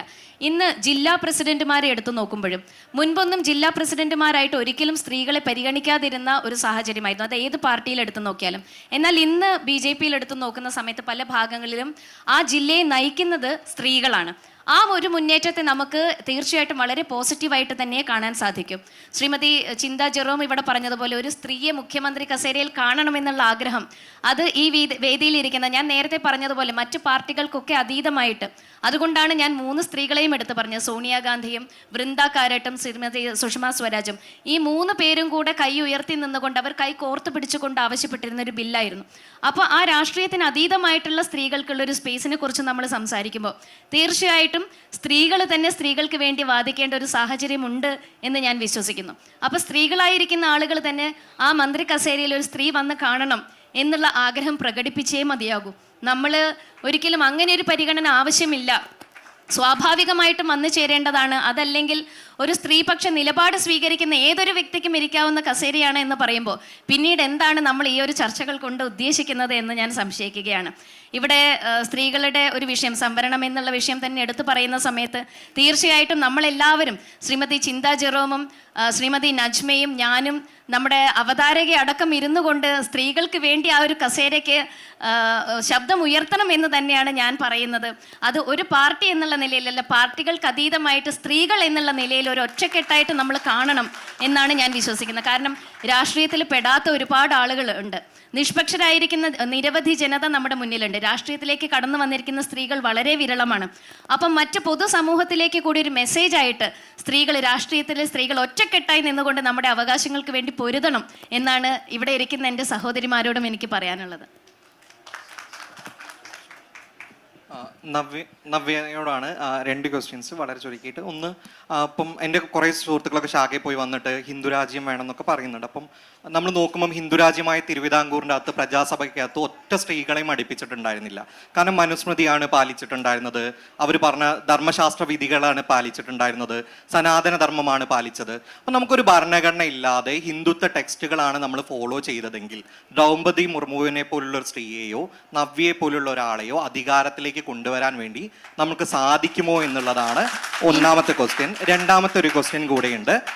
ഗുജറാത്തിലെ ജനസംഖ്യയുടെ ഏകദേശം 9% വരുന്ന ഇന്ത്യയുടെ തുല്യ അവകാശികളായിട്ടുള്ള മുസ്ലിം കമ്മ്യൂണിറ്റി, നമ്മൾ പുരുഷാധിപത്യമാണല്ലോ രാഷ്ട്രീയത്തിൽ പറയുന്നത്, പക്ഷെ മുസ്ലിം പുരുഷന് ആധിപത്യം പോലും കൊടുക്കാൻ പോരാഞ്ഞിട്ട് 1984 ശേഷം ഒരു റെപ്രസെൻറ്റേറ്റീവ് പോലും അസംബ്ലിക്ക് അകത്ത് ഉണ്ടാവുന്നില്ല. ഇപ്പോൾ ആകെ ഒരൊറ്റ ആളാണ് കോൺഗ്രസിൻ്റെ ഒരു റെപ്രസെൻറ്റേറ്റീവ് ഉള്ളത്. BJP പ്രതിനിധി എന്ന നിലയിൽ ഗുജറാത്തിലെ 9% വരുന്ന ജനസംഖ്യയിലെ മുസ്ലിം പുരുഷന്മാരുടെയും, ഫെമിനിസം എല്ലാ ഇക്വാലിറ്റിയുമാണല്ലോ പറഞ്ഞിരുന്നത്, മുസ്ലിം പുരുഷന്മാരുടെയും മുസ്ലിം സ്ത്രീകളുടെയും പ്രാതിനിധ്യം വർദ്ധിപ്പിക്കാൻ എന്ത് ചെയ്യുമെന്നാണ് കേരളത്തിലിരുന്ന് ആഗ്രഹം പ്രകടിപ്പിക്കുന്നത്? ഇന്ത്യൻ ഭരണഘടനയോട് 100% കൂറ് പുലർത്തുന്ന ഒരു വ്യക്തിയാണ് ഞാൻ. അത് ഏതൊക്കെ നമ്മൾ ആധികാരികമായിട്ടായാലും ശരി, മതപരമായാലും ശരി, ഏതൊരു ഗ്രന്ഥങ്ങൾ എടുത്തു നോക്കിയാലും ഇന്ത്യൻ കോൺസ്റ്റിറ്റ്യൂഷൻ അതിൻ്റെ ഒരു പടി ഉയരത്തിൽ തന്നെ ഇന്ന് വരെ നിന്നിട്ടുണ്ട്. ഇനി തുടർന്നും അത് ഒരു പടി ഉയരത്തിൽ തന്നെ നിൽക്കണം എന്ന് ആത്മാർത്ഥമായിട്ട് പ്രാർത്ഥിക്കുന്ന ഒരാളാണ് ഞാൻ. കാരണം ആ ഭരണഘടന ഇല്ലെങ്കിൽ നമ്മളെല്ലാവരും ഇവിടെ ഇല്ല. നമ്മുടെയൊക്കെ ആധാരം എന്ന് പറയുന്നതും ഏത് രാഷ്ട്രീയമായാലും ശരി, സമൂഹത്തിലുള്ള ഏതൊരു കാര്യമായാലും ശരി, ഒരു കോടതിയുടെ നിയമപരമായിട്ടുള്ള കാര്യങ്ങളായാലും ശരി, തൊഴിൽ നടപടികളായാലും ശരി, എല്ലാം ആ കോൺസ്റ്റിറ്റ്യൂഷനകത്ത് ഭദ്രമാണ്. ആ ഭദ്രതയുടെ അടിസ്ഥാനത്തിലാണ് നമ്മൾ ഇന്ന് തെരുവുകളിലേക്ക് ഇറങ്ങി നടക്കുന്നത്. അപ്പോൾ താങ്കളുടെ ആദ്യത്തെ ചോദ്യം, എല്ലാ മറ്റ് സംവിധാനങ്ങളെയും മാറ്റി നിർത്തിക്കൊണ്ട്, എല്ലാ മതപരമായിട്ടുള്ള സംവിധാനങ്ങളെയും മാറ്റി നിർത്തിക്കൊണ്ട് ഇന്ത്യൻ ഭരണഘടന എന്ന് പറയുന്നത് ഏറ്റവും ഉയരത്തിൽ അത് നിലകൊള്ളണം എന്ന് ഞങ്ങൾ ആത്മാർത്ഥമായിട്ടും ആഗ്രഹിക്കുന്നു. രണ്ടാമത്തെ വിഷയം, അവിടെ സ്ത്രീകളുടെ ഒരു നിലപാടിനെ അല്ല താങ്കൾ സൂചിപ്പിച്ചിട്ടുള്ളത്, അവിടെ മൈനർ കമ്മ്യൂണിറ്റി എന്ന് പറയുന്ന ഒരു സംവിധാനത്തെയാണ്. ഈ മൈനർ കമ്മ്യൂണിറ്റിക്ക് വേണ്ടിയിട്ട് നമ്മുടെ ഭാരതത്തിൽ ഇന്ന് നടപ്പിലാക്കിക്കൊണ്ട് കഴിഞ്ഞ 11 വർഷക്കാലമായിട്ട് മൈനോറിറ്റിയെ ഉയർത്തിക്കൊണ്ടുവരുന്നതിനായിട്ടുള്ള നിരവധി പദ്ധതികൾ ആവിഷ്കരിച്ച് നടപ്പിലാക്കിക്കൊണ്ടിരിക്കുകയാണ്. നമ്മുടെ കേരളത്തിൽ നോക്കിയിട്ടുണ്ടെങ്കിലും അറിയാം, മൈനോറിറ്റി ഡിപ്പാർട്ട്മെന്റിന് വേണ്ടി എത്ര കോടി ഫണ്ടാണ് ഓരോ വർഷവും മാറ്റിവെക്കുന്നത് എന്നുള്ളത്. ആ അപ്ലിഫ്റ്റ്മെന്റ് തീർച്ചയായിട്ടും ഈ ഇന്ത്യൻ കോൺസ്റ്റിറ്റ്യൂഷനിൽ പറയുന്നുണ്ട്. ആ അപ്ലിഫ്റ്റ്മെന്റ് തീർച്ചയായിട്ടും ഇന്നത്തെ ഈ ഒരു സെൻട്രൽ ഓർഗനൈസേഷൻ സിസ്റ്റം അത് പാലിക്കുന്നുണ്ട് എന്ന് തന്നെയാണ് ഞാൻ വിശ്വസിക്കുന്നതും. കാരണം നമ്മുടെ കേന്ദ്ര സർക്കാരിൻ്റെ പദ്ധതികൾ എടുത്തു നോക്കുമ്പോൾ, സെൻട്രൽ ഗവൺമെൻറ്റിൻ്റെ നിരവധിയായിട്ടുള്ള സ്കീംസ് എടുത്തു നോക്കുമ്പോൾ അവിടെ ജാതി നോക്കുന്നില്ല, മതം നോക്കുന്നില്ല, രാഷ്ട്രീയം നോക്കുന്നില്ല. അവിടെ നോക്കുന്നത് അവരുടെ കേപ്പബിലിറ്റി ആൻഡ് അഡാപ്റ്റബിലിറ്റി, അത് മാത്രമാണ് അവിടെ മാനദണ്ഡമായി നിൽക്കുന്നത്. അവരതിന് അർഹരാണോ എന്നുള്ള കാര്യം മാത്രമാണ് അവിടെ മാനദണ്ഡം. അപ്പോൾ സ്വാഭാവികമായിട്ടും ആ അർഹതയ്ക്ക് അനുസരിച്ചുകൊണ്ട്, അവരുടെ കേപ്പബിലിറ്റിക്ക് അനുസരിച്ചുകൊണ്ട്, അവരുടെ എബിലിറ്റിക്ക് അനുസരിച്ചുകൊണ്ടുള്ള പദ്ധതികളാണ് ഇവിടെ നടപ്പിലാക്കുന്നത്. തുടർന്നും ആ പദ്ധതികൾ നടപ്പിലാക്കിക്കൊണ്ടിരിക്കും. പക്ഷേ വോട്ട് ബാങ്ക് രാഷ്ട്രീയത്തിനെ മാത്രം ഒരു ഭാഗത്ത് നിലനിർത്തിക്കൊണ്ട് എന്തുകൊണ്ടോ കാലങ്ങളായിട്ട് ഭാരതീയ ജനതാ പാർട്ടി എന്ന് പറയുമ്പോൾ ഒരു വർഗീയവൽക്കരണ പാർട്ടിയായിട്ട് ഈ പൊതുസമൂഹം മാറ്റി നിർത്തുന്ന ഒരു കാഴ്ച നമ്മൾ കണ്ടിട്ടുണ്ട്. പക്ഷേ നമ്മൾ നടപ്പിലാക്കുന്ന പദ്ധതികൾ എടുത്തു നോക്കുന്ന സമയത്ത് അവിടെ വർഗീയവൽക്കരണം ഇല്ല. ഇന്ന് നമ്മുടെ മുദ്രാ ലോൺ എടുത്തു നോക്കുന്ന സമയത്തും അത് ജില്ലകളുടെ കണക്കെടുത്ത് നോക്കുമ്പോൾ ഈ കേരളത്തിൽ ഏറ്റവും കൂടുതൽ ഗുണഭോക്താക്കളായിട്ട് അതിൽ വന്നിട്ടുള്ളത് മലപ്പുറം ജില്ലയാണ്. നമ്മുടെ ശ്രീമതി നജ്മ വരുന്ന മലപ്പുറം ജില്ലയിൽ നിന്നും. അപ്പോൾ അതിൻ്റെ കണക്കുകൾ എടുത്ത് നോക്കുമ്പോഴും തീർച്ചയായിട്ടും ഇവിടെ വരുന്ന പദ്ധതികളുടെ ഗുണഭോക്താക്കളായിട്ട് മാറുന്നത് എല്ലാ മതവിഭാഗത്തിൽപ്പെട്ടിട്ടുള്ള ആളുകളാണ്. അപ്പോൾ ഒരു മതത്തിനെ മാത്രം ഓറിയൻറ്റ് ചെയ്തുകൊണ്ടല്ല, ആ മതത്തിന് അതീതമായിട്ടുള്ള ഡെവലപ്മെൻറ്റൽ ബേസിസിലാണ് കാര്യങ്ങൾ നോക്കിക്കാണുന്നത്. ആ ഡെവലപ്മെൻറ്റ് മാത്രം മുന്നിൽ കണ്ടുകൊണ്ടുള്ള പദ്ധതികൾ ആവിഷ്കരിച്ചത് കൊണ്ടാണ് ഈ 3ാമത്തെ തവണയും നരേന്ദ്രമോദി സർക്കാർ അധികാരത്തിലേറിയത് എന്ന് ഞങ്ങൾ വിശ്വസിക്കുന്നു.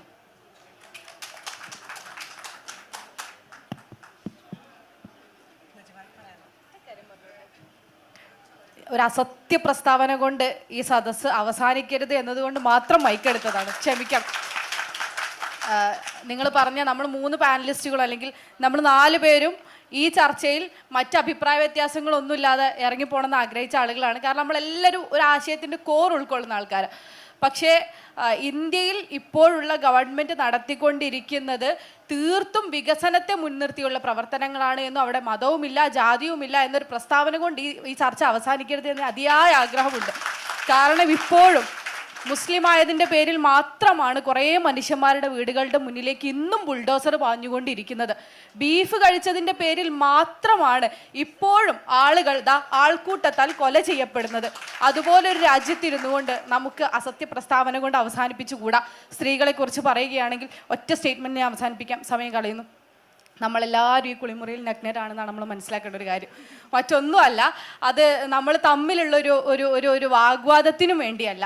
അത് നമുക്ക് ആഗ്രഹമുണ്ട് ഈ കേരളത്തിൽ കേപ്പബിൾ ആയൊരു വിമൺ ഉണ്ടായാൽ അദ്ദേഹം അല്ലെങ്കിൽ അവർ കേരളത്തിൻ്റെ മുഖ്യമന്ത്രി പദത്തിലെത്തി നമ്മെ നയിക്കുന്ന ഒരു ദിവസം വരണമെന്നുള്ളത്. അതിൽ രാഷ്ട്രീയമില്ല. അതിനപ്പുറത്തേക്ക് ഒരു സ്ത്രീ ആ സ്ഥാനത്തേക്ക് ഉയർന്നു കണ്ടാൽ ഞങ്ങൾ എല്ലാവരും അഭിമാനിക്കുന്നു, സന്തോഷിക്കുന്നു. ഞങ്ങൾക്ക് ആഗ്രഹമുണ്ട് ഒരു പാർട്ടിയുടെ അധ്യക്ഷ സ്ഥാനത്തേക്ക് ശോഭാ സുരേന്ദ്രൻ പോലെ ഒരു സ്ത്രീ കടന്നു വന്നാൽ അതും ഒരു മെച്ചപ്പെട്ട കാര്യമാണ് എന്ന് പറയുവാൻ. വരുന്നില്ലല്ലോ. എല്ലായിടത്തും ഈ പ്രശ്നമുണ്ട്.